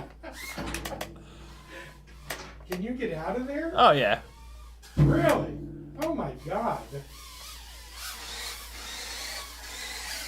Oh God. Oh God. I'm having a hard time. There we go. Oh no, the train got annihilated. Ah.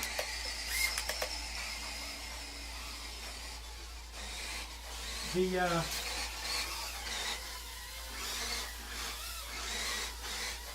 truck doesn't drive straight. No, there's a trim on the transmitter. Yeah, I saw that and I made it worse. You know what the problem is? There isn't a long enough straightaway Yeah. for me to figure that out.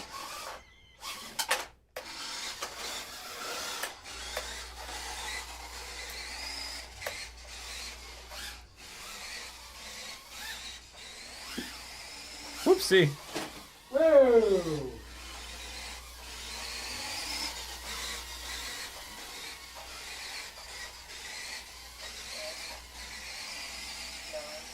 Woo! Whoa! This thing spins. Right?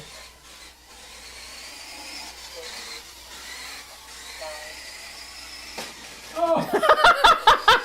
Oh my God, the train just gave shit. Oh, damn it!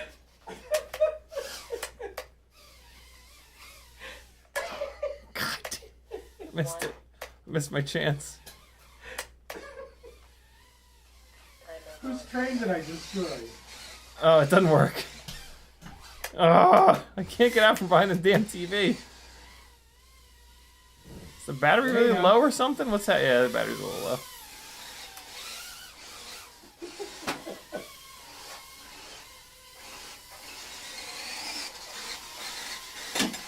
Oh no! Is that you or me? You. Ah! What did I hit? The ammo crate.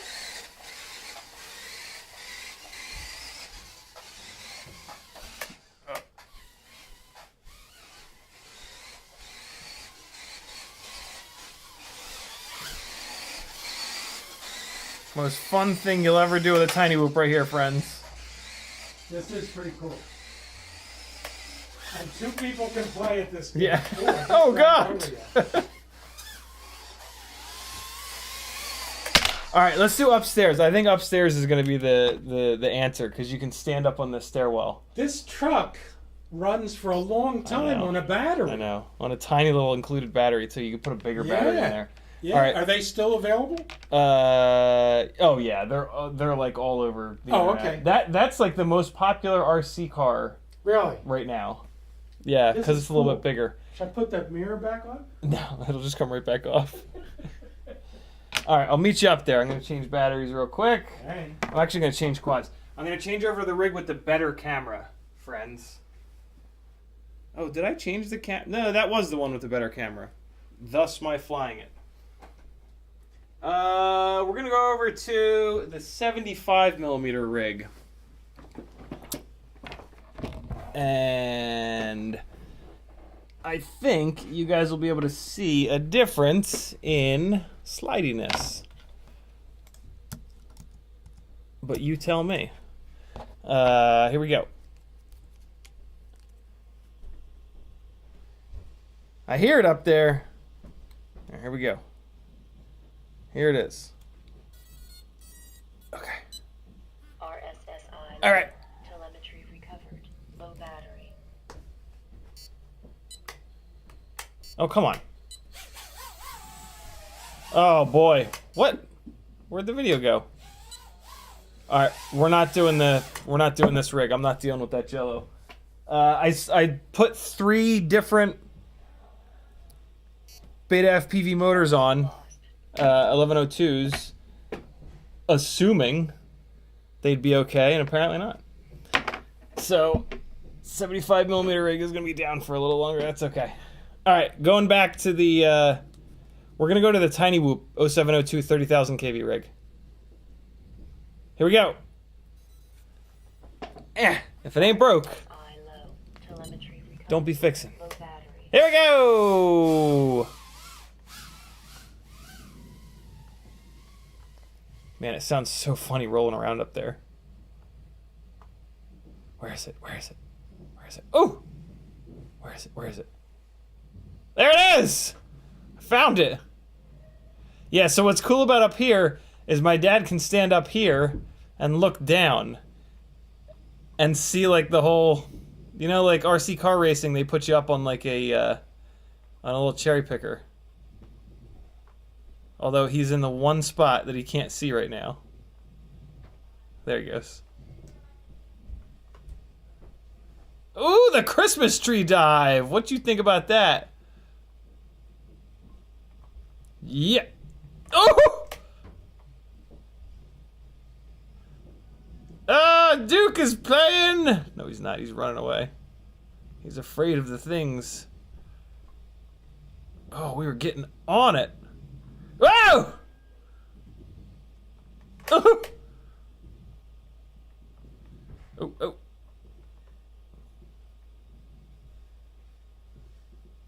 Do some freestyle while Papa Ciotti is getting hung up on the couch and the chairs.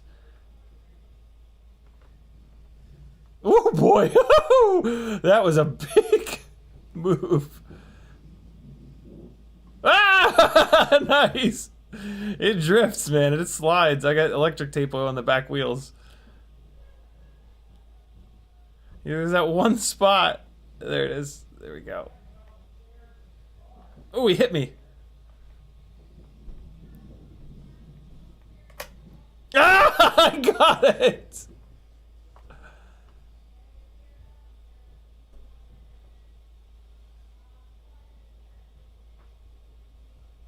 Buzz my dad, ready?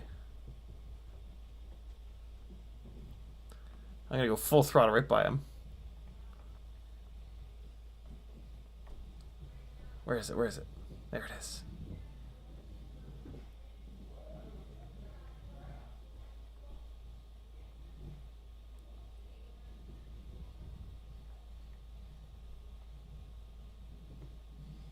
Oh my god, this is so much fun to fly and try to chase such a little thing. Yeah! That was amazing!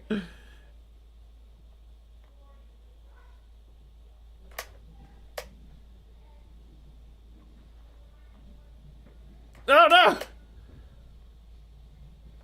Ah!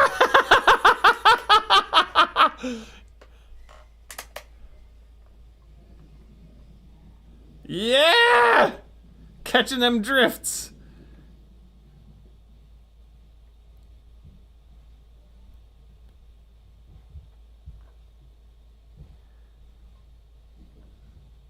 There we go. Let's get him. Let's get him. Let's get him.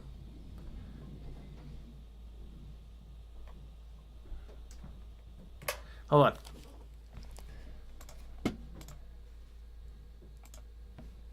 Get some music going. Hold on. Hey, Dad! Do some donuts on the hardwood. Okay. Alright, here we go.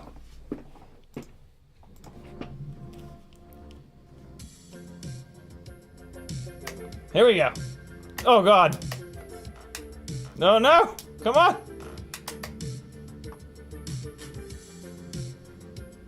There he goes. There he goes. Yes! Yeah! I almost went in the window. Yes!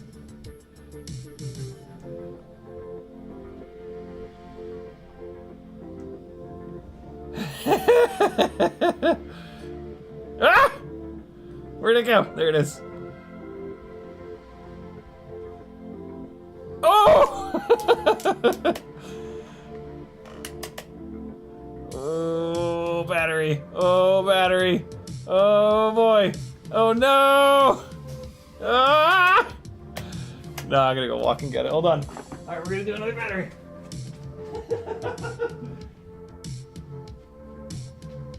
One of the worst songs on Epidemic Sound. Why does it have to be the one that plays? All right, get rid of this song. Next. Okay. All right, it's 9 o'clock. Go watch some Bot Grinder, friends. I'm gonna do one more battery though, and then we're gonna wrap this up. And nope, I'm coming.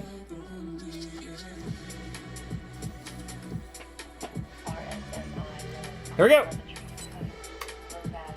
Come on, come on, arm.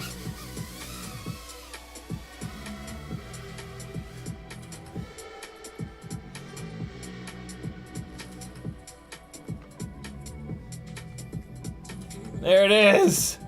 Yes. Oh god. Ah!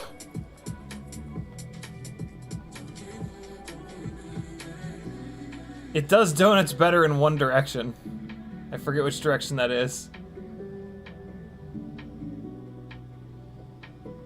Woo-hoo-hoo! We went in between the cab and the bell. I got hit by the bed on that one. Ah!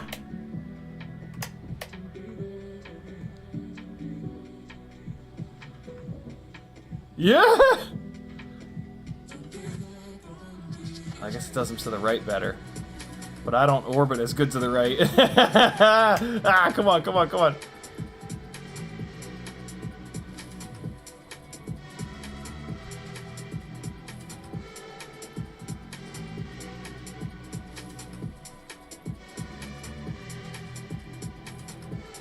Oh my god, this is I cannot explain to you guys how challenging this is, which just makes it the most fun thing ever.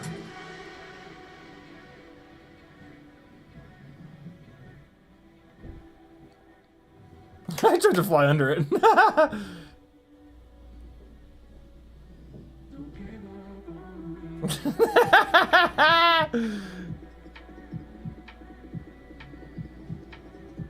Yes! Ah, I missed it. Ah. Ah! Yes! I got in there.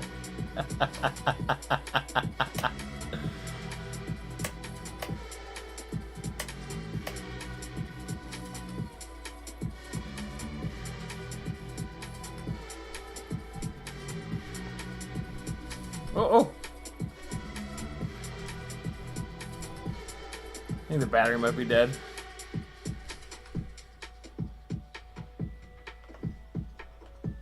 Woo! Oh! All right, let's get some freestyle on. Oh, what's happening? Where am I? I'm on the steps.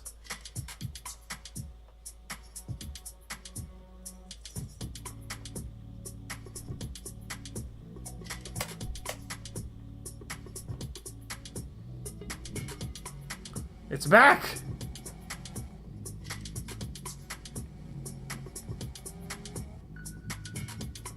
No! Oh no!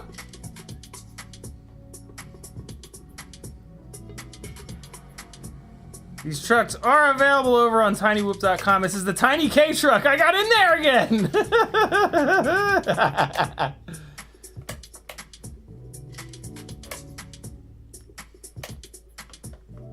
Ah!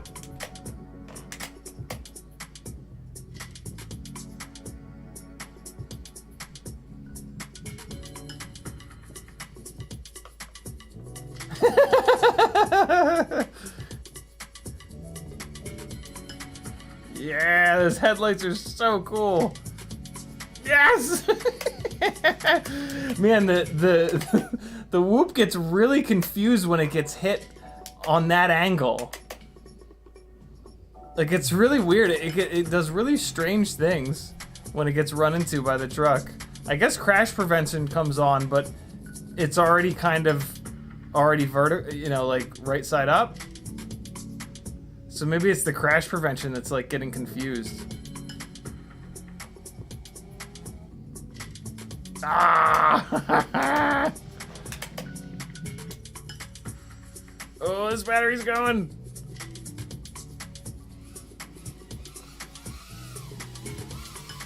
Will I make it?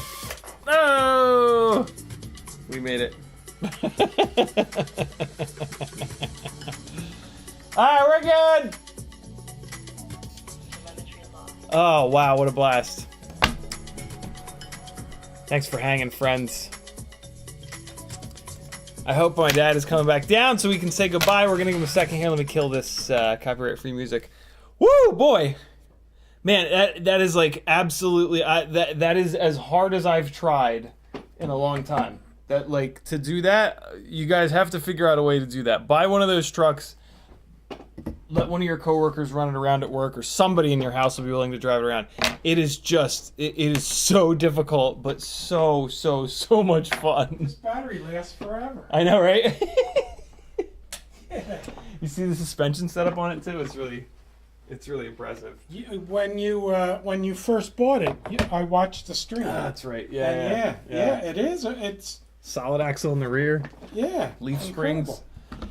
All right, people. Thank you for hanging out. Thank you for all the kind words. CiottiFPV.com is my full-time job. Help a brother out. Love you guys. Good night, collective. Sleep tight. Here comes some flying. I'm gonna put the music back on for this, and I gotta move this over here. And be good, friends. Go get you some bot grinder, or else.